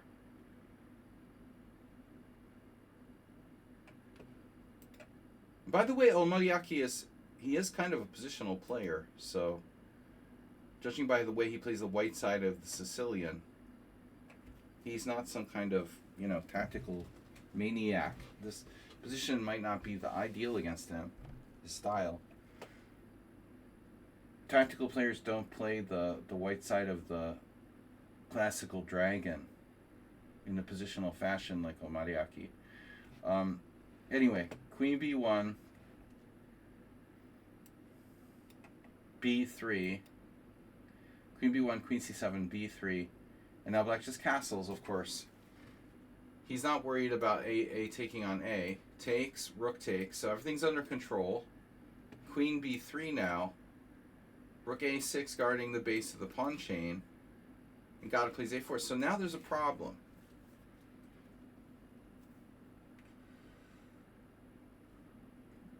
We're threatening A5. This is a very serious problem. That's the whole concept. Breaking up Black's pawn chain. Favorable way. I want to notice Mr. Freeze here on E7.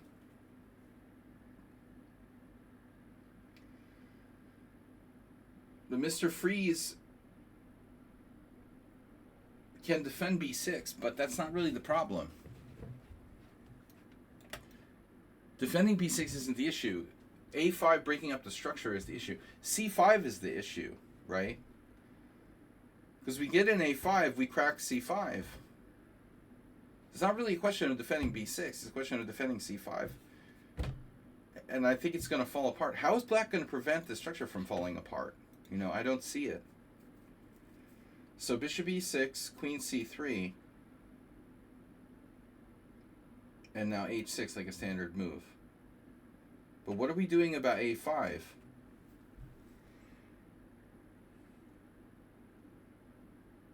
You know, honestly here, Amadiaki might have a trap. There's a Dutch trap that happens in a very similar position. White just did something random, like H3 or something.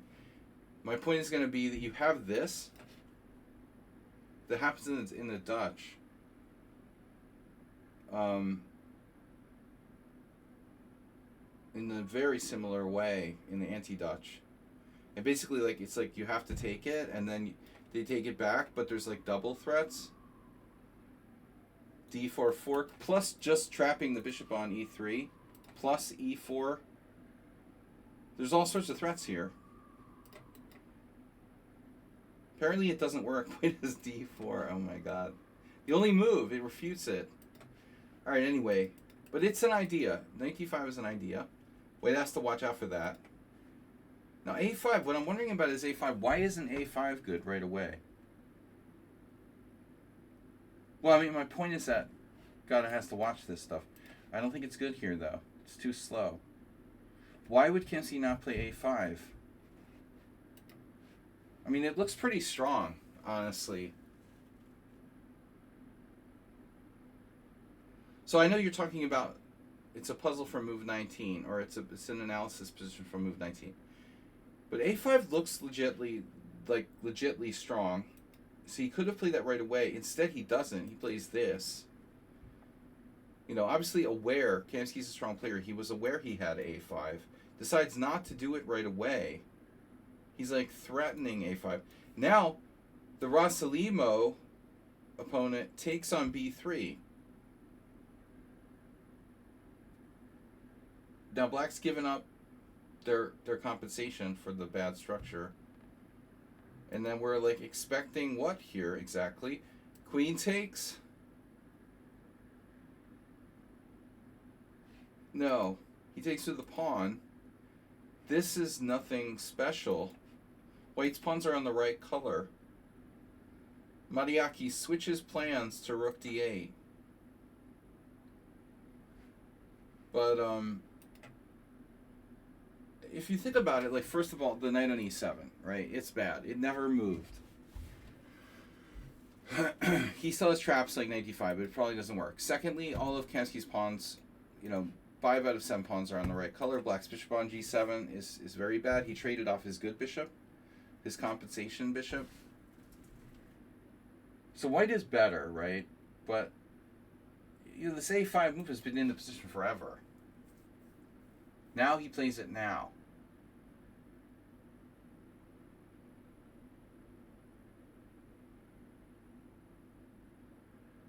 And then Black's in trouble. I mean, this isn't like a surprise. I mean, we've seen this coming for a long time.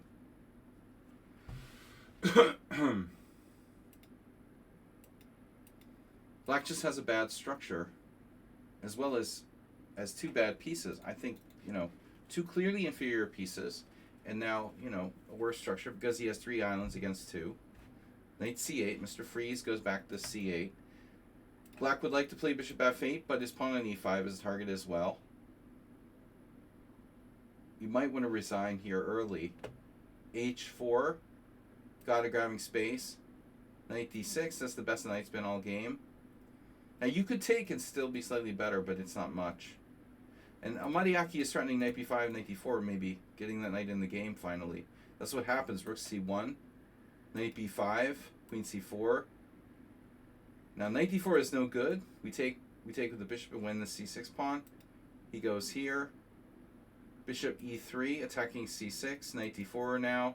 But it's basically the same thing. Take, bad bishop, good knight. Bad pawn on c6, bad pawn on d4, bad pawn on a5. Can Omadiaki hang on with like counterplay against these other weak pawns? g3, queen b6, knight d2. You know, when Amadiaki played h6, I was wondering. Sorry, when Gata played h4. You know, here I couldn't help wondering if Black should play h5.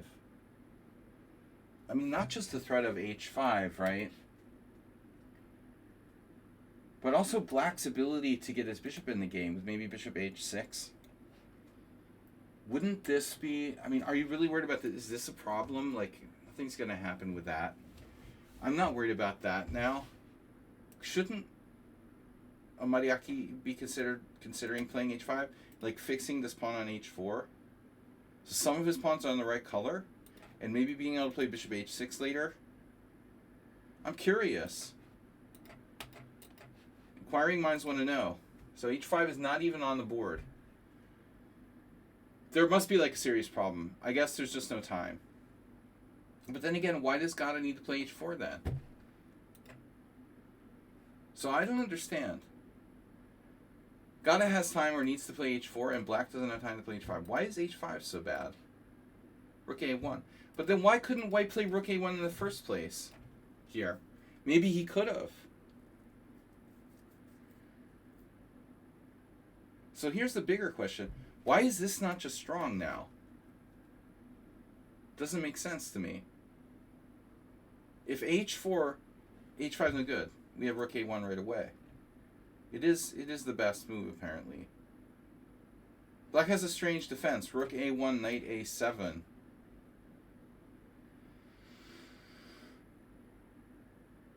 Although I think that's independent of h4.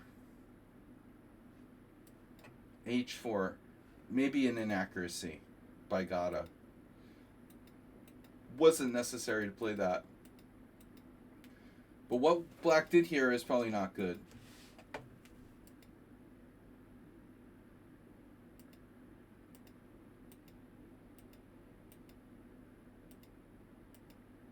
He wins a pawn.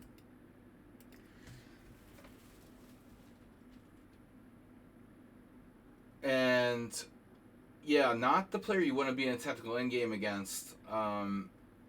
Because Gata loves to play long games and grind people down. Yeah, he's got to take the open file. I just wonder if Black has chances to hold here. I lost against Kempsky. I resigned the pawn down, and people were surprised, but I didn't want to get tortured. I resigned very early against him, like the earliest I ever resigned a game, where I was just down a pawn. Because this is what I didn't want to experience, like 4 hours of getting tortured.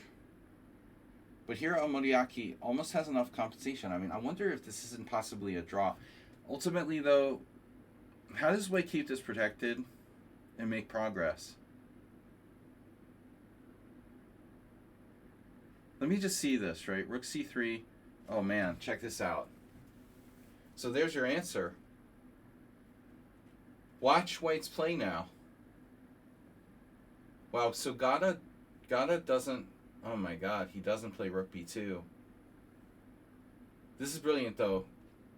So if rook takes b3, we play rook, I guess, a2. This is very well calculated. He plays... You know, most people would go here, and I don't think that White can win. So this is a very nice endgame by Kamsky. he calculates that after e5, okay, we have entry with the king here, which is important. But it's also important, like when we go rook a2, e5 gains space, but it allows us to go like king f3, king e4, and then defend the d3 pawn from e4. Maybe take out the pawn on d4 with the king. Black plays a surprising move now, f6 though. I don't know. I mean, I would think that black has chances to survive this. f6 is the best move. Wow. So e5 is a star move. It looks like it's a star move. Very interesting endgame. e5, f6, takes, king f7, king f3, king f6, king e4. Rook b3, king d4. b4, I don't know if that's a good idea.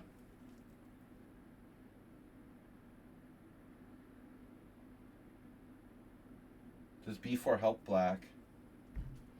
b4, king c4, rook b1, rook e2, h5, d4, king f5, rook e3, rook d1. How do we make progress? d5, rook d2, f4, king f6, rook b3. Oh no. 2 pawns up.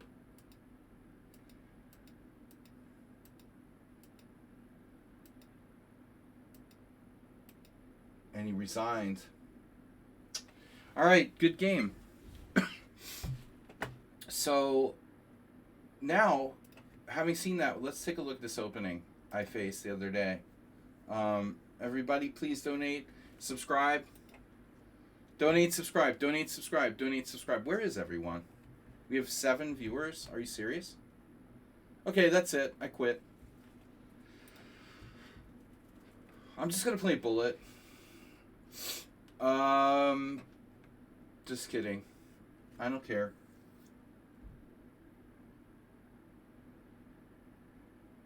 People don't want to learn chess. They're too stupid. You know, they voted for Donald Trump. Viktor Orban. Netanyahu. Alright, e4, c5, knight f3, knight c6, bishop e5, and d5 was played against me. Now, I have a question for anyone who plays this move. Why even play the Sicilian? Because you could just play the Scandinavian on move 1. And so my question was, is this better or worse than normal Scandinavian?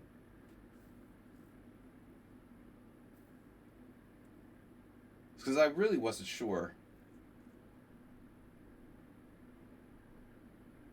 So I cheated and I checked with the engine, and ironically, it's exactly the same. After bishop e5, d5, Stockfish says it's half a pawn.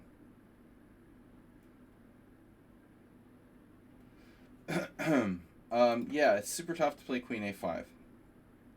That's true. But you have your other wonderful variations. You could play queen d8, Uber Driver, and pretend you're playing the great Rubinstein variation of the French. No, you have queen e6 check in this case. After pawn takes pawn, I had a game like this, and after knight c3, queen e6 check, it's something special. So the dilemma, here, by the way, just for interest, the evaluation is the same, half pawn. No, it's a pity that Rubinstein would be associated with such a bad opening as that variation of the French that you play. Because honestly, I recall him playing the Bern variation. He did that, but that's different. That's different. I don't know how often he actually played the Rubinstein. There are much better lines he could be associated with. It's a tragedy that he's associated with that crap. So, after d5, what is White's best move here? The obvious suggestion is pawn takes pawn, attack the queen. But I looked at this, and the problem is this queen e6 check.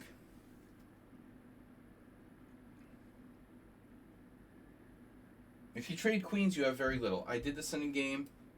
I took back with the king, and I had the tiniest advantage here for white, if anything, after bishop d7. It's not enough. This is just a safe way for white to play. It's almost equal. So I wouldn't repeat that. I mean, I realized that like this is as an option. I even looked at knight e2. But what I'm curious about is maybe there's a better option than taking. So we can check the database, the Opening Explorer. But I had this idea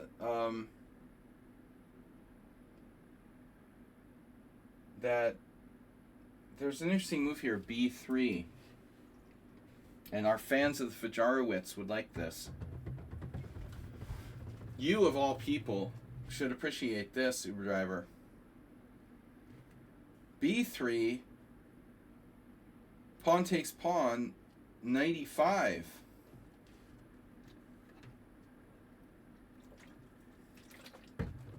This has never been played in an OTB game.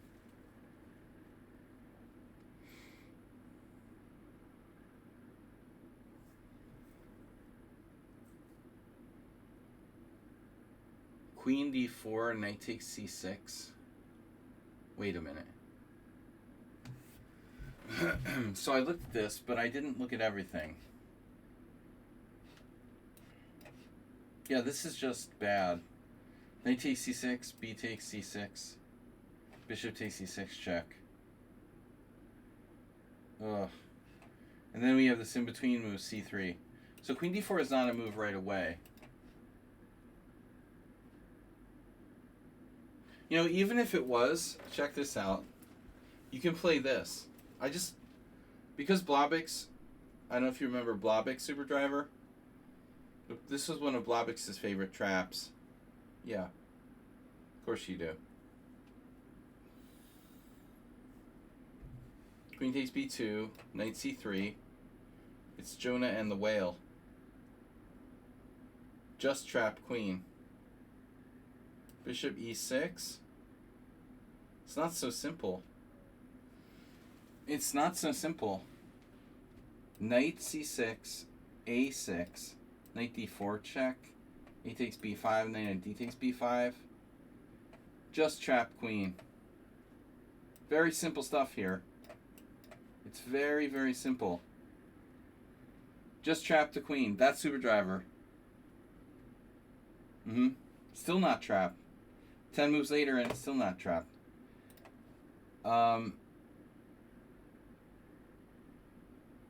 Wow, the computer likes knight c3.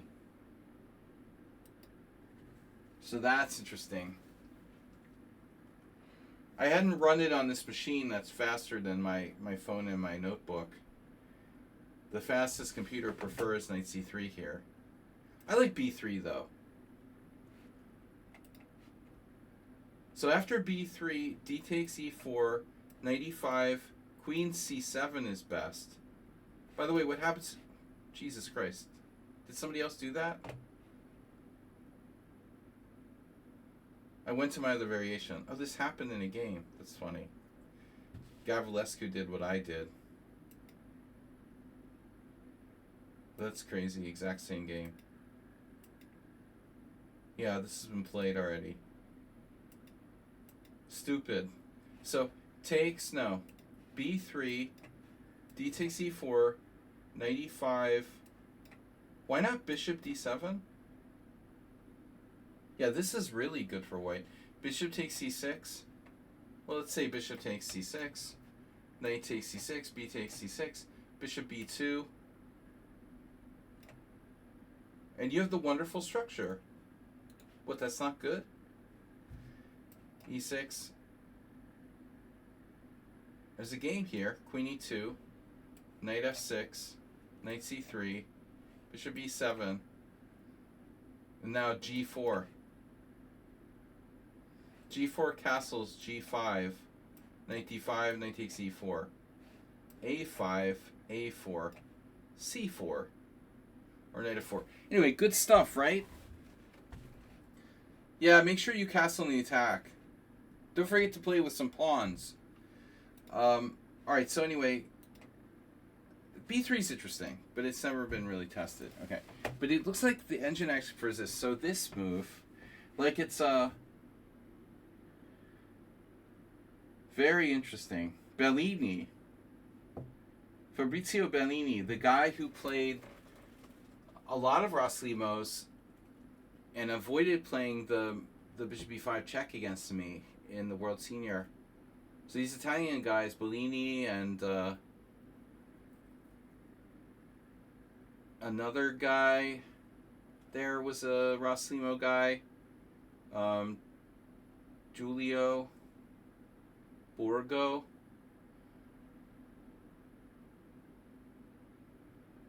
Fabrizio Bellini. So this has been played. I don't know why people are playing this with black. It doesn't seem very good, but I never really looked at it. So anyway, knight c3. And isn't d4 like annoying? I like this. Should I get it from the French type stuff? But I'm not sure. I like this version so much. No one played that. Yeah, I like it. Knight a4.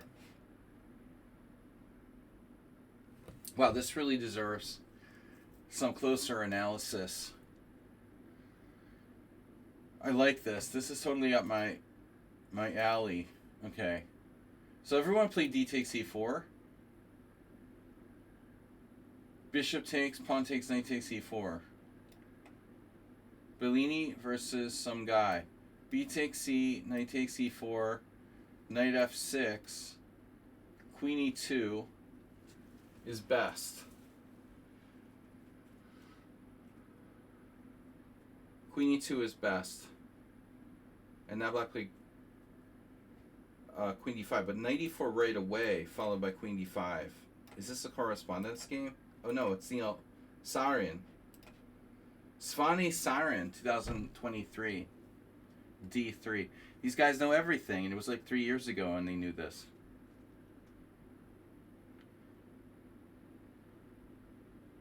Dude, you're weird. I don't know what you're talking about. Are you a tier 2 subscriber? I think you have to be tier 2 to subscribe and use like 10 comments in one screen. To make 10 consecutive comments, you have to be at least tier 2, Uber driver. I'm sorry. And no mentioning mama. That's just creepy. D3. Okay, anyway, this was worth taking a look at. Yeah, you've got issues, man. You've got issues. The Verisov isn't real. That's not a real opening. Okay. So, we got a lot of options here. But the takeaway is that, interestingly, unlike the normal, like, Scandinavian, where e takes d5 is white's only good move, here, it is not. First interesting thing is that, you know, in the Scandinavian, this move knight c3 is inferior. Here it's actually quite good for white, particularly because of d4 knight a4. This is very interesting stuff. And if queen d6, what about queen c7? Just hangs a pawn. Nice doing business with you. Queen d6, e5, queen c7, they take c5. This is really messed up. This is really messed up. Queen b6, bishop takes c6. Very greedy. But I'll take it. Anyway, this is some interesting stuff. Okay, I just want to share that with you guys. I played this. Queen takes d5. I played like Gavrilescu. The castles is maybe a good option. Castles. I was afraid of this pin though. The pin is very annoying. Pin is mightier than the sword. I wasn't sure about this. Do I do knight c3? Allow bishop takes? So knight c3, queen f5. Or bishop takes f3. Knight takes d5. This is another, looks like another. This Blobix would have liked this. Doesn't seem like black played this optimally. Queen f5. Bishop takes c6 check, b takes c. Alexander Ivanov. I'm really not liking this. d3. And then black takes anyway. You have to take with the queen. You get one of these dumb Scandinavian endgames. They're going to put a knight on f5, right? e6, knight e7, and knight f5.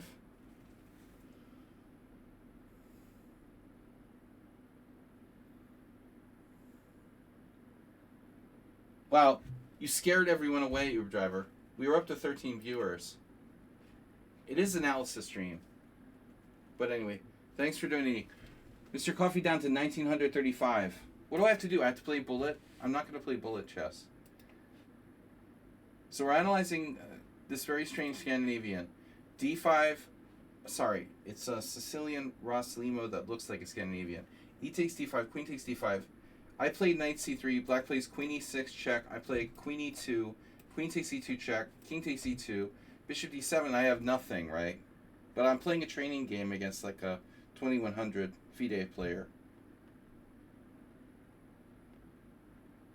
And here, what did I do? I did d3.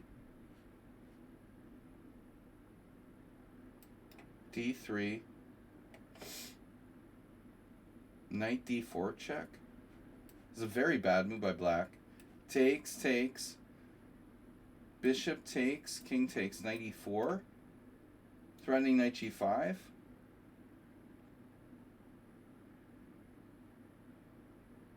This looks familiar, but it feels like something's wrong.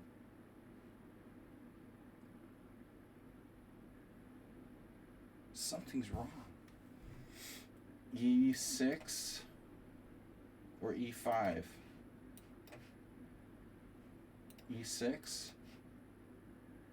Knight g5. Knight h6. Knight f3.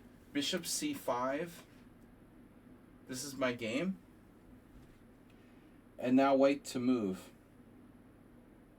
Black played this very badly. I mean, knight d4 is a terrible move.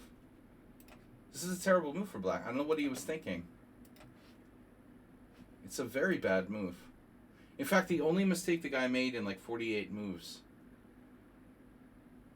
That was a bad move. There's no reason to do that. This is a horrifying move. These are with a weak pawn on d4. It was a terrible, terrible move. Impulsive and bad. So anyway, I got nothing. All right, let's take a look now. Larsen-Stein. This is the main thing. This is why we're here, right? To see a real game. All right, Larsen-Stein. And you're not allowed to say mama or any other weird, creepy stuff, or I will time you out. Belgrade, 1970, USSR versus the rest of the world. And Larsen is white, knight f3. Stein, of course, King's Indian, Sicilian. The best, one of the best in the business. Knight f6. And now Larsen with very quiet move, g3. Black plays g6. White plays bishop g2. Larsen could also play classical King's Indian with white, but you know, dude, I'm afraid of Stein. You know, I would be afraid of Stein. If he hadn't been like murdered accidentally by a Russian Soviet nurse who injected him with like air, he probably would have lived a lot longer and crushed a lot of more players. Bishop g7, c4. The Soviets like covered up the fact that he was like killed by nurse malpractice. c4, castle. Castles. d6. Larsen white. d4. Classical, you know. One thing that's interesting that I studied a lot of the best King's Indian players in history. Curiosity, really. I wanted to see, you know, let's say in the 50s, 60s, 70s, what was Tao playing with black? How did Stein, how did Tao play? How did Bronstein play? Geller, how did these? And the funny thing is, if you look at, especially in the 50s and 60s, if you look at how black, the great King's Indian players of the Soviet era, played the King's Indian in the 50s and the 60s, it was always like either a fianchetto variation. Like, look at Tal's games in the King's Indian. Look at Bronstein's games in the King's Indian. Look at Stein's games in the King's Indian. When you get into the 70s, you start getting some classical King's Indians. But it was almost always either fianchetto or the same-ish. That was it. It was like very few like Mar del Platas. That came along in the 70s. This is 1970, so this is right on the borderline. But I just found it really amusing that, like, you know, most people are afraid and they would play G3. Very safe for white, even Larsen. Larsen also could play classically and play, you know, a mainline E4, 3 pawns in the center, C4, D4, E4, King's Indian. But against Stein, I don't know, it could be dangerous. So here we see safe G3 system, D4, knight on BD7. So later Kasparov would follow their lead in the 80s, playing Petrosian as well. Dude, I'm going to have to time you out for that.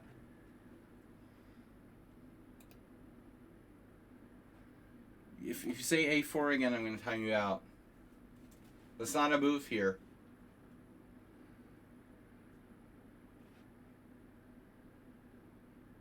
You can play A4 without C4, like Romanician.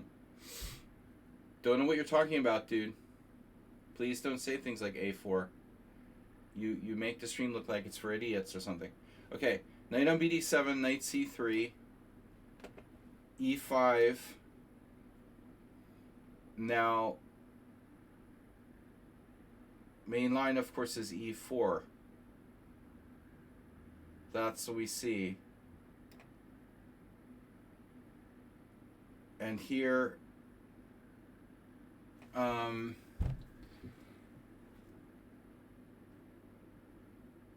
there's a question about rook E8.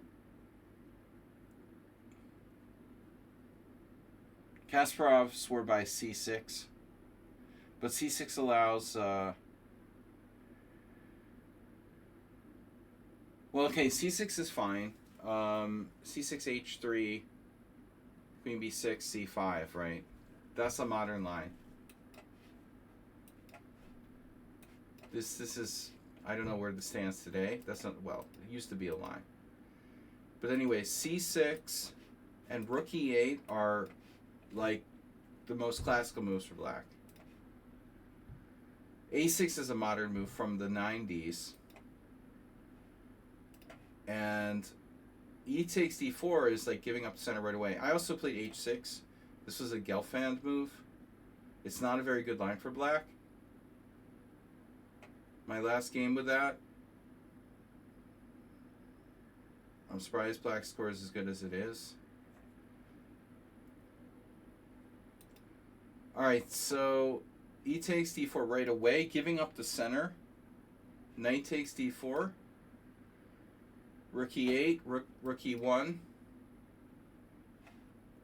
H3 is also possible. Rook E1, allowing possible knight to G4. So this is an issue. I think that's the thing. Rook E1 allows knight G4, no? Yeah. I don't know how good it is, but it's a thing. And now I guess it was known back then. I mean, this is 1970. Probably not a secret. So if H3, the queen's defending. You know, if you play rook E1 and knight G4, then you can't take it. I mean, you can take it, but you allow bishop takes D4. Trading pieces. I don't know where this stands. Gary Newt versus Zhou Fang. 1993. New Hampshire Championship. So, Masters. H3. Okay, so I'm looking at the wrong line. Okay, this is main line. E takes d4, make main line. Knight takes d4, rook e8, rook e1, rook e1. So he doesn't play knight g4. He does. Oh shit, he does. Alright. He does play it. Stein plays it. Exclamation point. I don't know if that still stands. Exclamation point. I don't know if this is the first time this was played.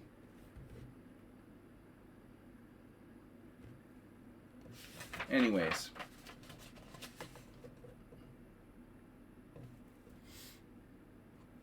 Alright, I'm missing a move here. Knight g4. So Larsen may be unaware of this move at the time. I would probably take it, but Larsen plays more provocatively here.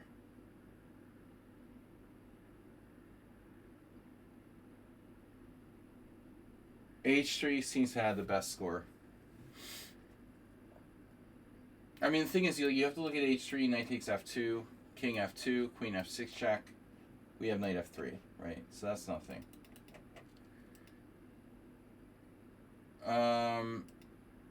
What's the point after H3?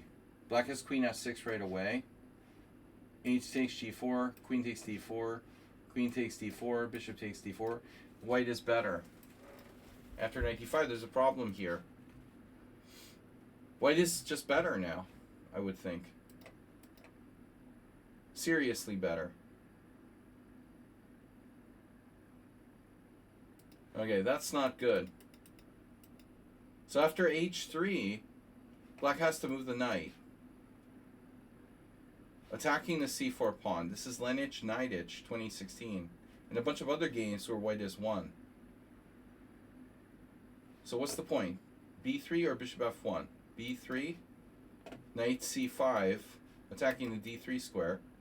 And then White allows the knight to come into D3. This is very complicated. Here. You gotta really know what you're doing if you play the white side of this. I lost playing white because I'm not an expert enough. But anyways, in the game, Larsen plays a really interesting move, F3.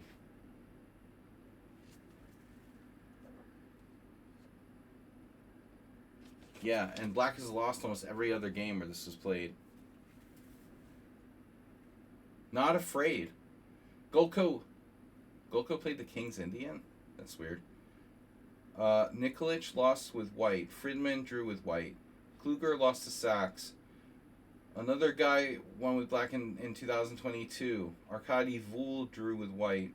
Rogozenko lost with white against Tusky 91. Black has yet to lose a single game in this variation. Wow. They forgot a game in this wonderful world of the Lichess Opening Explorer. It's funny that Kluger Sachs is here from 1971. It's so funny they would have Kluger Sachs from 1971, but not the much more important Larsen-Stein from 1970. Is that a random Kluger Sachs game? From what is that, the World Junior, 1971? Actually, that must have been a Hungarian tournament. Jula Kluger, wow. No, that must be like Hungarian championship. Knight on G to E5. And now B3, defending the pawn.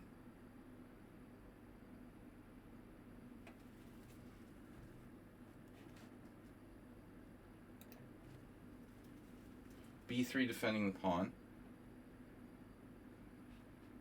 Knight C5.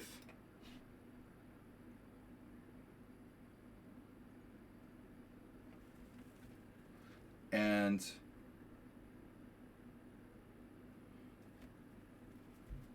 say stupid things, you're going to get removed.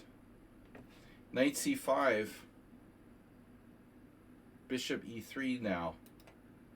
The rook goes to E2. So I imagine a lot of people here lost with white because they're not Bent Larsen. So what does Larsen play now? b3, knight c5, bishop e3. White has not won a single game in this position. Oh, there is one. Kopolov in 2002. All right, dude.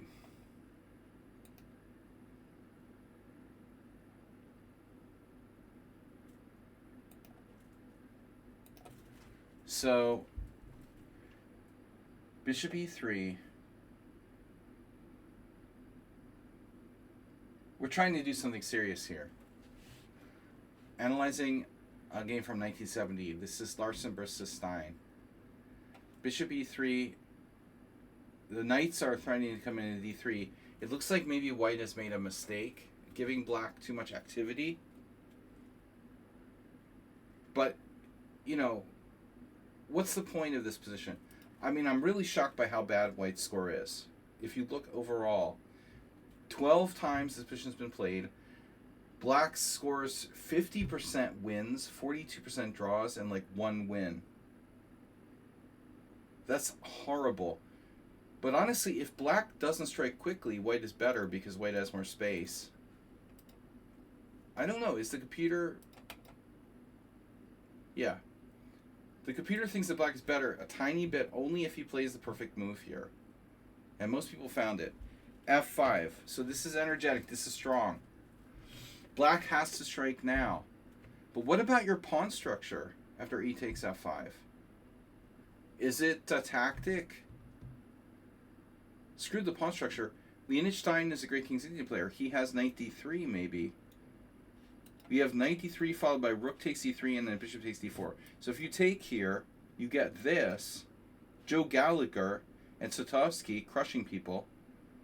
Oh my god. If rook e2, you get rook takes e3, right? Rook takes e3, rook takes e3, bishop takes here. Game over. So Dorian Rogozenko, what was he doing? You can't take on f5. That's not an option. So white is messed up here. You know, interestingly, here's a really crazy thing. Boo versus Rapport 2025. Wow.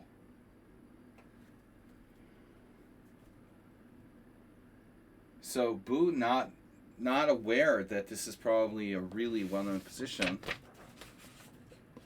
White to move now. So okay, we're a tiny bit worse. We messed up, but now we've got to play well. So Larsen plays the best move, queen d2. And regardless, black still has a good score. F takes e4. Bishop g5.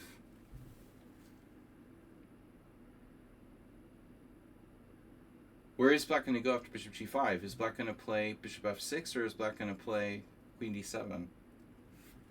Bishop g5. So Golko played, let's see, bishop f6? No. Panjwani, this young guy, played bishop f6. Golko played queen d7 against Nikolic. That's a very strong win. Both 2600s, and 2600 meant something in 1989. I didn't realize that Boris Golko played the King's Indian, though. I never saw him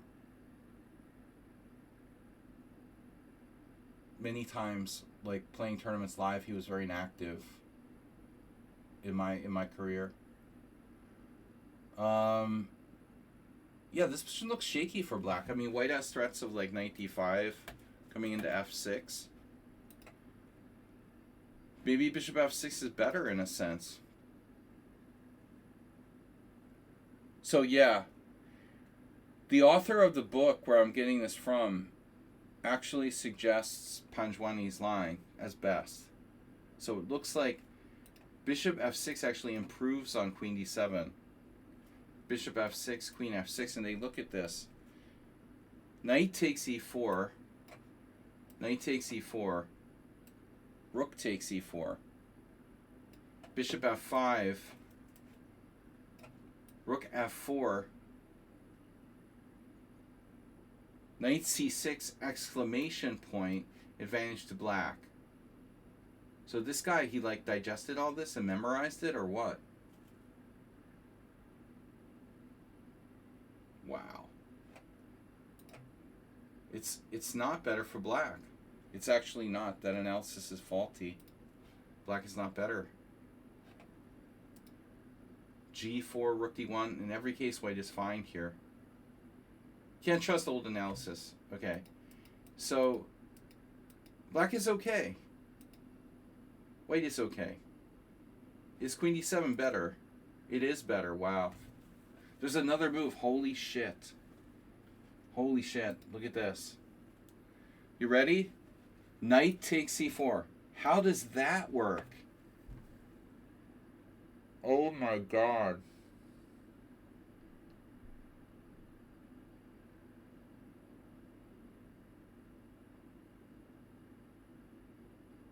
Wow. Knight takes c4.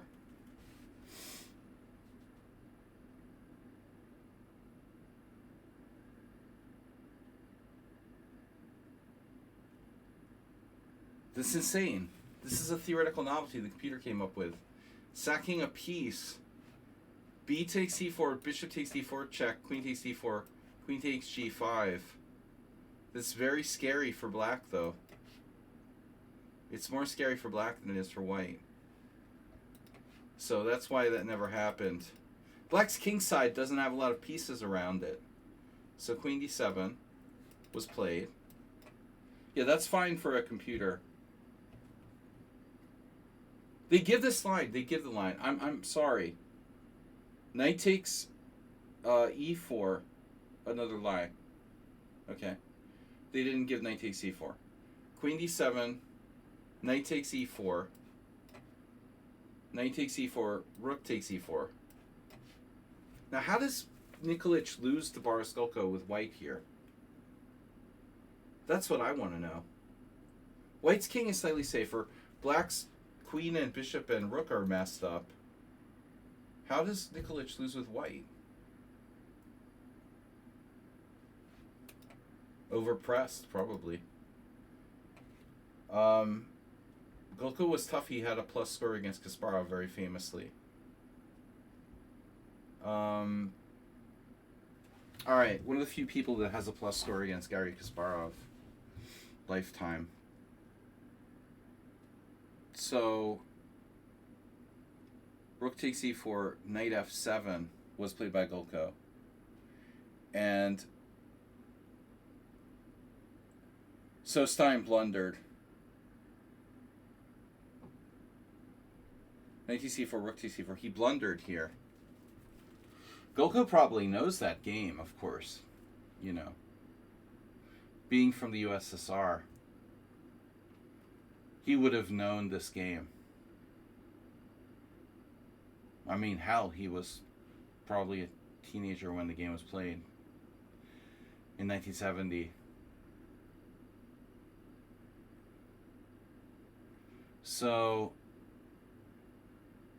Stein blunders now. Knight f7 looks good. The bishop has a problem. Rook e8 check, queen e8. And the Yugoslavian Grandmaster brings his bishop back to e3. It looks solid. But black has c5 winning material. Oh my god. Do we want to do that? Wow. So what do you do after knight f7? This threat is c5.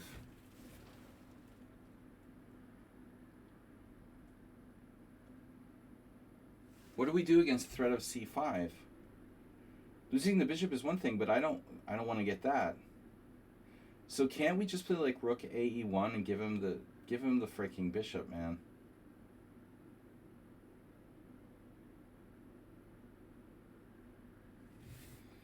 I would just say rook ae1, no? That loses a piece. Oh my gosh. Alright. So much for that idea. So what's the best move here? We're already lost. Oh my god.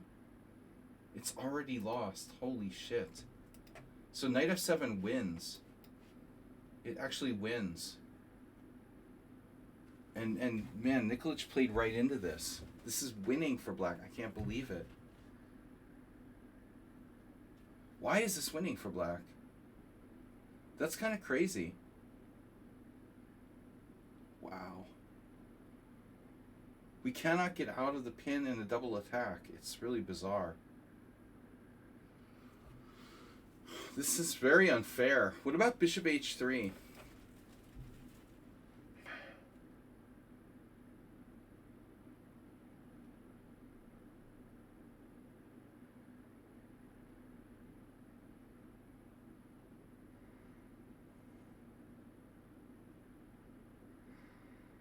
We must have lost Super Driver. Oh, Lichess doesn't show that I'm streaming? Oh my god. It should. It should. Oh wow, I've been kicked out.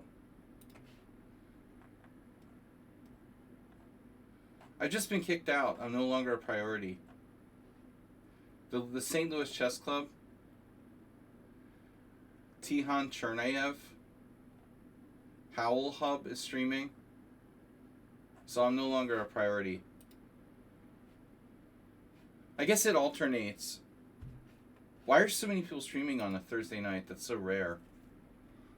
It does show, but it just alternates between the 5. But St. Louis Chess Club, we got to have a right-wing billionaire sponsored stream first on the list. That's very important.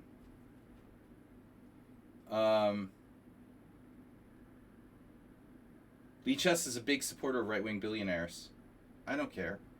Whatever, you know.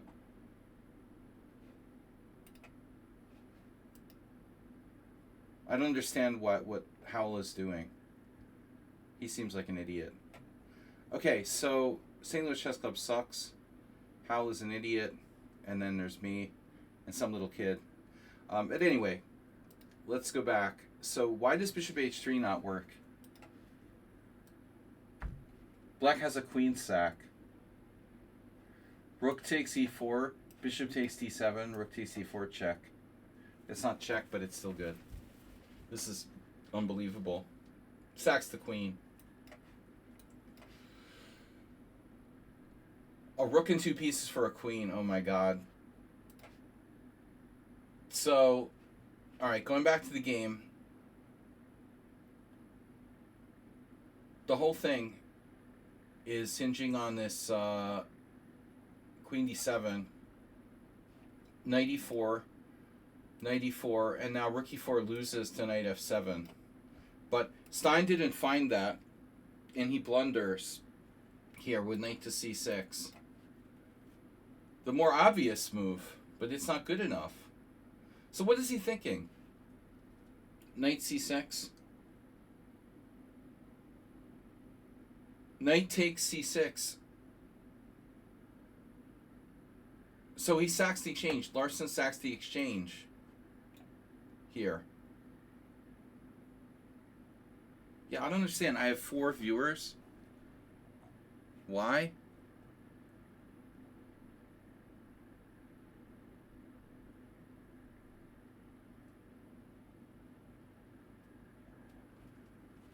All right. So, very weird. Knight c6, let's see what happened. Knight takes c6, sacking the exchange. Rook takes e4, f takes e4, and now queen takes c6. So, critical is bishop takes a1. Exclamation point by Yanisevich. Bishop takes a1, knight e7, check. King f8, queen f2, check. And now king e8. And then e5. D takes e5, knight d5. Very complicated. Because, well, we have this, bishop d4, right? Bishop d4, bishop e3. The computer claims that white is lost. But it's a computer, man. You can't trust the computer. You can't just take this computer analysis and be like, whoa, it's winning. I mean, it's like, unless you're a computer, it's not so easy. So anyway, We're getting confused in these long variations, but we'll see what happened. So I'm going to make this the main line. This is Larsen versus Stein from USSR versus the rest of the world. Knight takes c6, and then he like took back. After rook e4, fe4, he just took back on c6.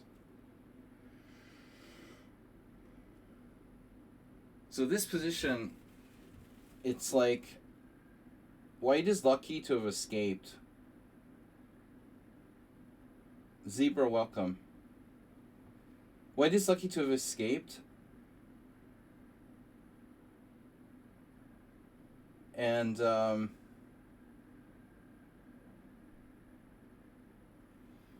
white turns the tide here against black. He's not satisfied with, like, you know, holding on. Like, I don't know, moving his rook somewhere, and it's equal material, and white can probably draw. No, he plays e5. So this totally turns the tide. Like, all of a sudden, black is worse.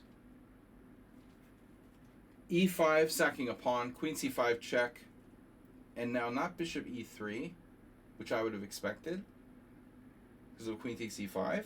King h1. So he sacked the pawn. Now, we have this. How's black's development doing, right? Queen e5, rook e1 is very bad. So he plays this, and now this is bad, but we're pinned, right? b7's hanging. That's not an emergency. Larsen takes it. It's a pawn with tempo. And now we restored material equality. Bishop takes b7. Rook f8. Can white win, though? Bishop e3 attacking the queen. Queen takes e5. And now rook e1. 5 pawns each. White totally fucked up the opening. He was completely lost.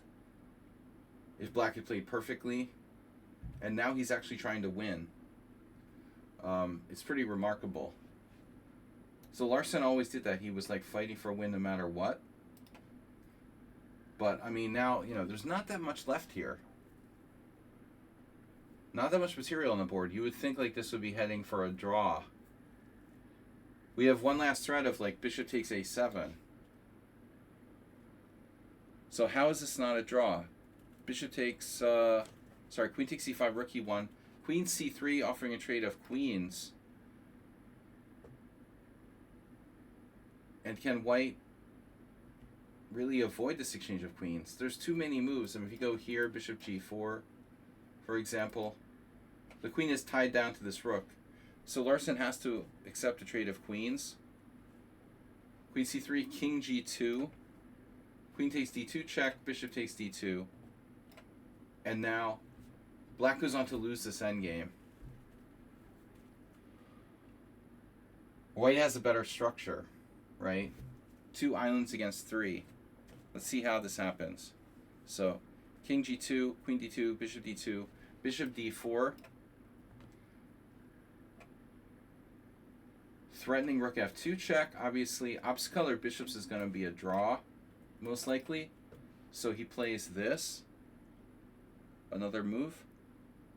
Bishop f4. And now king f7. This is a risky move, it turns out. Better to play this. I mean, you might miss bishop c6, bishop d7, for example. So, because the rooks are hanging.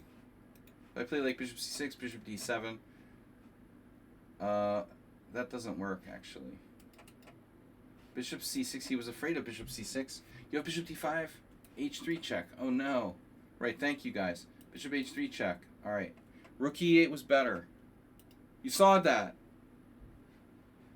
He's threatening rook takes to e6, obviously.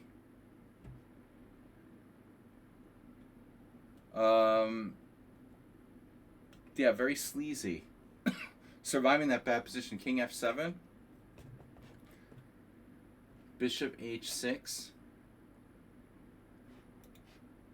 Freezing the h-pawn. Better structure for white. Now matching bishops? No. That's not good. He goes here.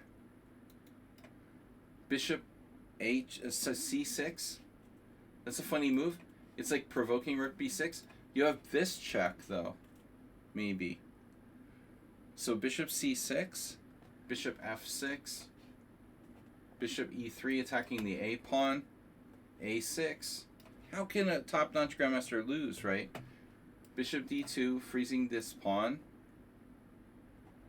Rook b6, awkward. That's very awkward. This is a terrible square for the rook. Terrible square. Bishop f3. And then goes back. He realizes, okay, I don't want my rook there. Rook b8. Bishop a5, probing. Oh, man. He's just probing him. Bishop d8, that's not good. Coordination. Rook f1. King g8. Away from the center. Bishop c6. Uh-oh. Bishop f7. Black's very passive. Look. What happened here? What's he doing? He's like hiding. Oh no. Look, he's frozen. His rook, his bishops, his king, all of his pieces are suddenly like totally messed up. How did this happen? Bishop f7, g4. Bishop e7, that's his most active possible move. King g3, improving the position. Rook d8. Ugh, what happened here? The d5 square. He's threatening to break out with d5.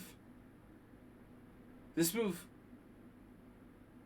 is based on the tactic, of course, bishop takes rook c8. But is it really a threat to play d5? Well, white plays rook d1, bishop f6. Now, I was thinking maybe bishop d5, but, you know, every exchange would free black a little.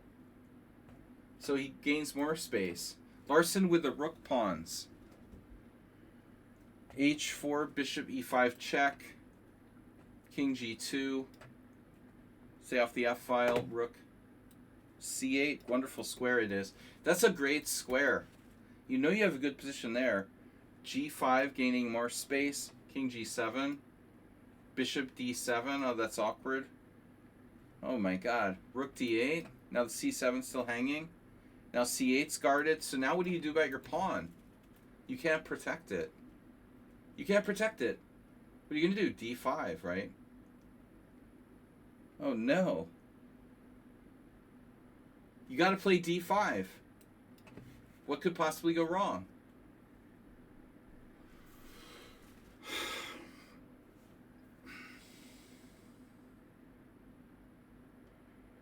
White could attack d5 again. With bishop f3, black will play d4.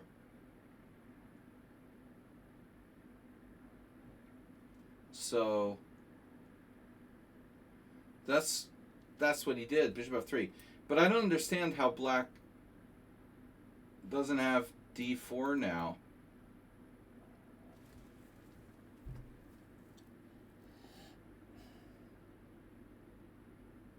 I mean, I realize it's not like ideal. White can blockade, can and will blockade said pawn, but is this necessarily lost for black? d4. Okay, so the analysis is rook e1. Check this out. Rook e1, bishop d6, rook e4.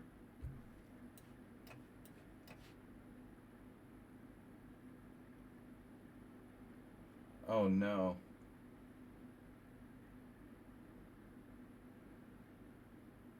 No. Really? That's his only move? Oh my god. But wait.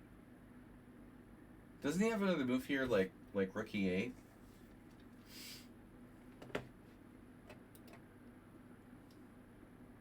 Yeah, he has rook e8, but then bishop c6. And now rook e6, and then bishop d7, rook e7, and then check this out. Final move is that So it would have been winning a pawn no matter what. It's crazy. It's crazy. He had him in the like laser bishops. He's losing the pawn. So Stein here decides to ditch the central pawn to try to break out with h6. Gh6 check, king takes. Doesn't even take the pawn. He could. Goes here instead. King g7. And it just pops back out there with bishop g5. So just wait while I like win your pawn. Looks like black's lost. I was expecting bishop f6. Doesn't really help. So he plays rook d6. And then bishop takes d5. Allowing what? Nothing. There's no counterplay. c6, bishop f3. Important decision. But Larsen was perfectly sure the coming bishop endgame was a win. So you got to be sure. I mean, you could take with the pawn, obviously. Which is probably winning as well. But maybe this is simpler. Bishop takes d5, bishop takes d5, rook takes d5, rook takes d5, pawn takes d5. One pawn up in a bishop endgame isn't always winning. But white has more space. Plus c7 is fixed on the wrong color.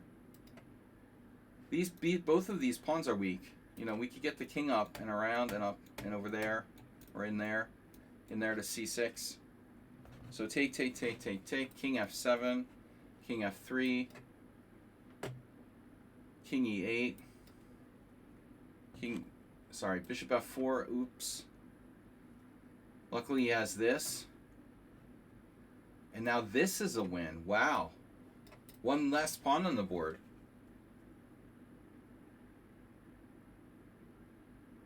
That's, I mean, I wouldn't be sure.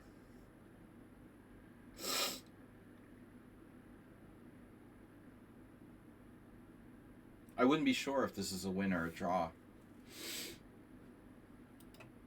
It looks like it might be a draw. Damn.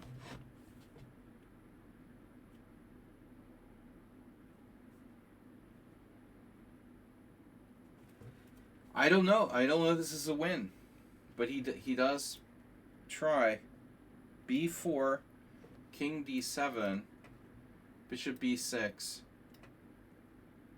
bishop f6, bishop c5, bishop b3. Where? Bishop b2, sorry. a4. Wrong color, rook pawn. Bishop a4, bishop a3, a5. Bishop b2. King f4. Bishop f6. And now the next chapter. Oh my god. King f6, king e4, bishop f6, king e4. White will break with b5. After this, Stein's king and bishop will be busy trying to stop both the A and the D pawn. Dude, the computer thinks it's a win. It looks like it's a win, but it's not clear how we got the win. Where do we reach a winning position here? Is it just horizon effect? So it looks like here, there's like a horizon effect. See, this is where you need 8-piece table base.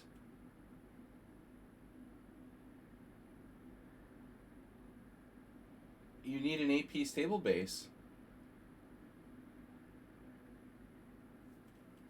There's no 8-piece table base available. A4. And suddenly the computer realized that black is lost. Despite Uber driver's contentions.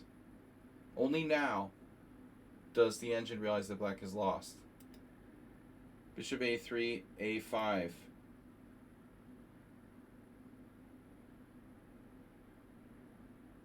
We said bishop b2, king f4, bishop f6, king e4. Black is lost. Bishop c3, b5. See, there's no table base. A takes b5, only move. a6. 1, 2, 3, 4, 5, 6, 7, 8. 1, 2, 3, 4, 5, 6, 7, 8. Holy shit. I mean, it doesn't matter if it's the wrong color rook pawn if your king can't get in the corner. That's the problem with that theory. Uber driver. If the king can't get to A8, then it doesn't matter. Just gives up the bishop with d pawn, yeah. Well, that's easier said than done. Right now, after A6, we're threatening A7, so he has to play king C8. He just gives up the bishop. These are short diagonals. King C8, D6. What is black supposed to play? He's lost, man. He's lost. D6. King B8. King D5. These pawns are sitting there like idiots. They never did anything. King D5, bishop F6. Yeah. King C6. G5 finally, but it's too late. So we get the B pawn. King takes B5.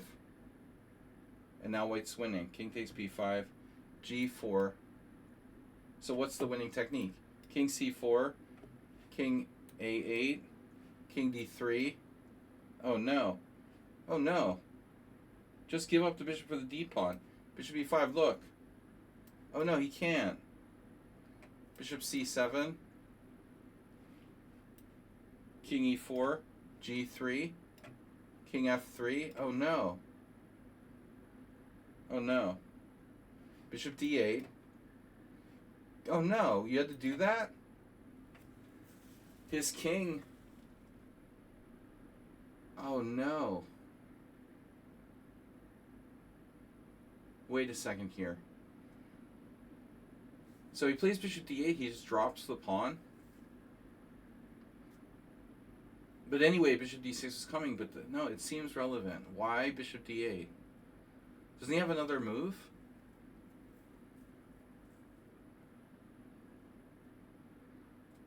King B8.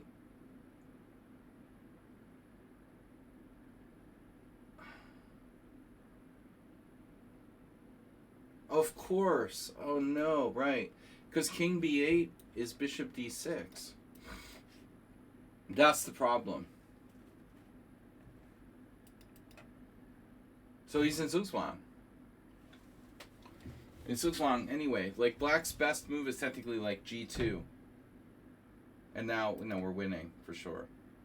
Oh my god. I wonder at what point he knew he was lost. You figure, oh, I've got a king. I've always got a king move. I've always got unlimited king moves. This is the problem. You figure you've got the G pawn. You can move your king back and forth forever. So your bishop can always sack itself. But now you're in Zugzwang because King B8 loses to Bishop D6. That's the freaking point, you know. That's why this is lost. That's so sick, you know. Possible you missed that, like, over the horizon. So the final of the game was King F3. Where are we? Yeah, King F3, Bishop D8, King G3, Bishop A5. You just sacked the bishop, right? King G4, Bishop D8. Notice how Larsen's very careful with his king on light squares. Like, it doesn't matter anymore. But I've seen Michael Adams do that too. Bishop A5. Where? King F5, Bishop A5, King E6, Bishop C7. Now we steal the diagonal. Bishop C7, King F7. Bishop A5. King E8, Bishop C7. And now you just sack your bishop for the D pawn. It's easy. Bishop E7. Oh, now you can get the A pawn. Oh no, check. Bishop E7. Bishop A5, because if King A7, Bishop D8, followed by Bishop B6 check. and d8 queen check. So you actually can't get that. Bishop e7, bishop a5, and now of course bishop d8, and now we get you in the box again. Bishop d8, bishop d2, bishop b6, and now the bishop gets the other side. Easy draw, right? Ta-da! Bishop c5. So he tricked him. He got him around on the other side, and then he cuts him off with bishop e7, and that's it. Pretty nice endgame. Anyway, guys, thanks for tuning in for our analysis stream. Sorry it wasn't a bigger crowd tonight, but we'll see you all tomorrow for some blitz games in the afternoon around 1 p.m. Thank you, Uber driver Gabble, Troll Mops, and anyone else who's here. We'll be back around 1 p.m. tomorrow. Thanks for tuning in and for your support. Don't forget to subscribe. Thanks, Uber driver, for Prime sub, and we'll see you guys later. Don't forget Sunday Simul as well.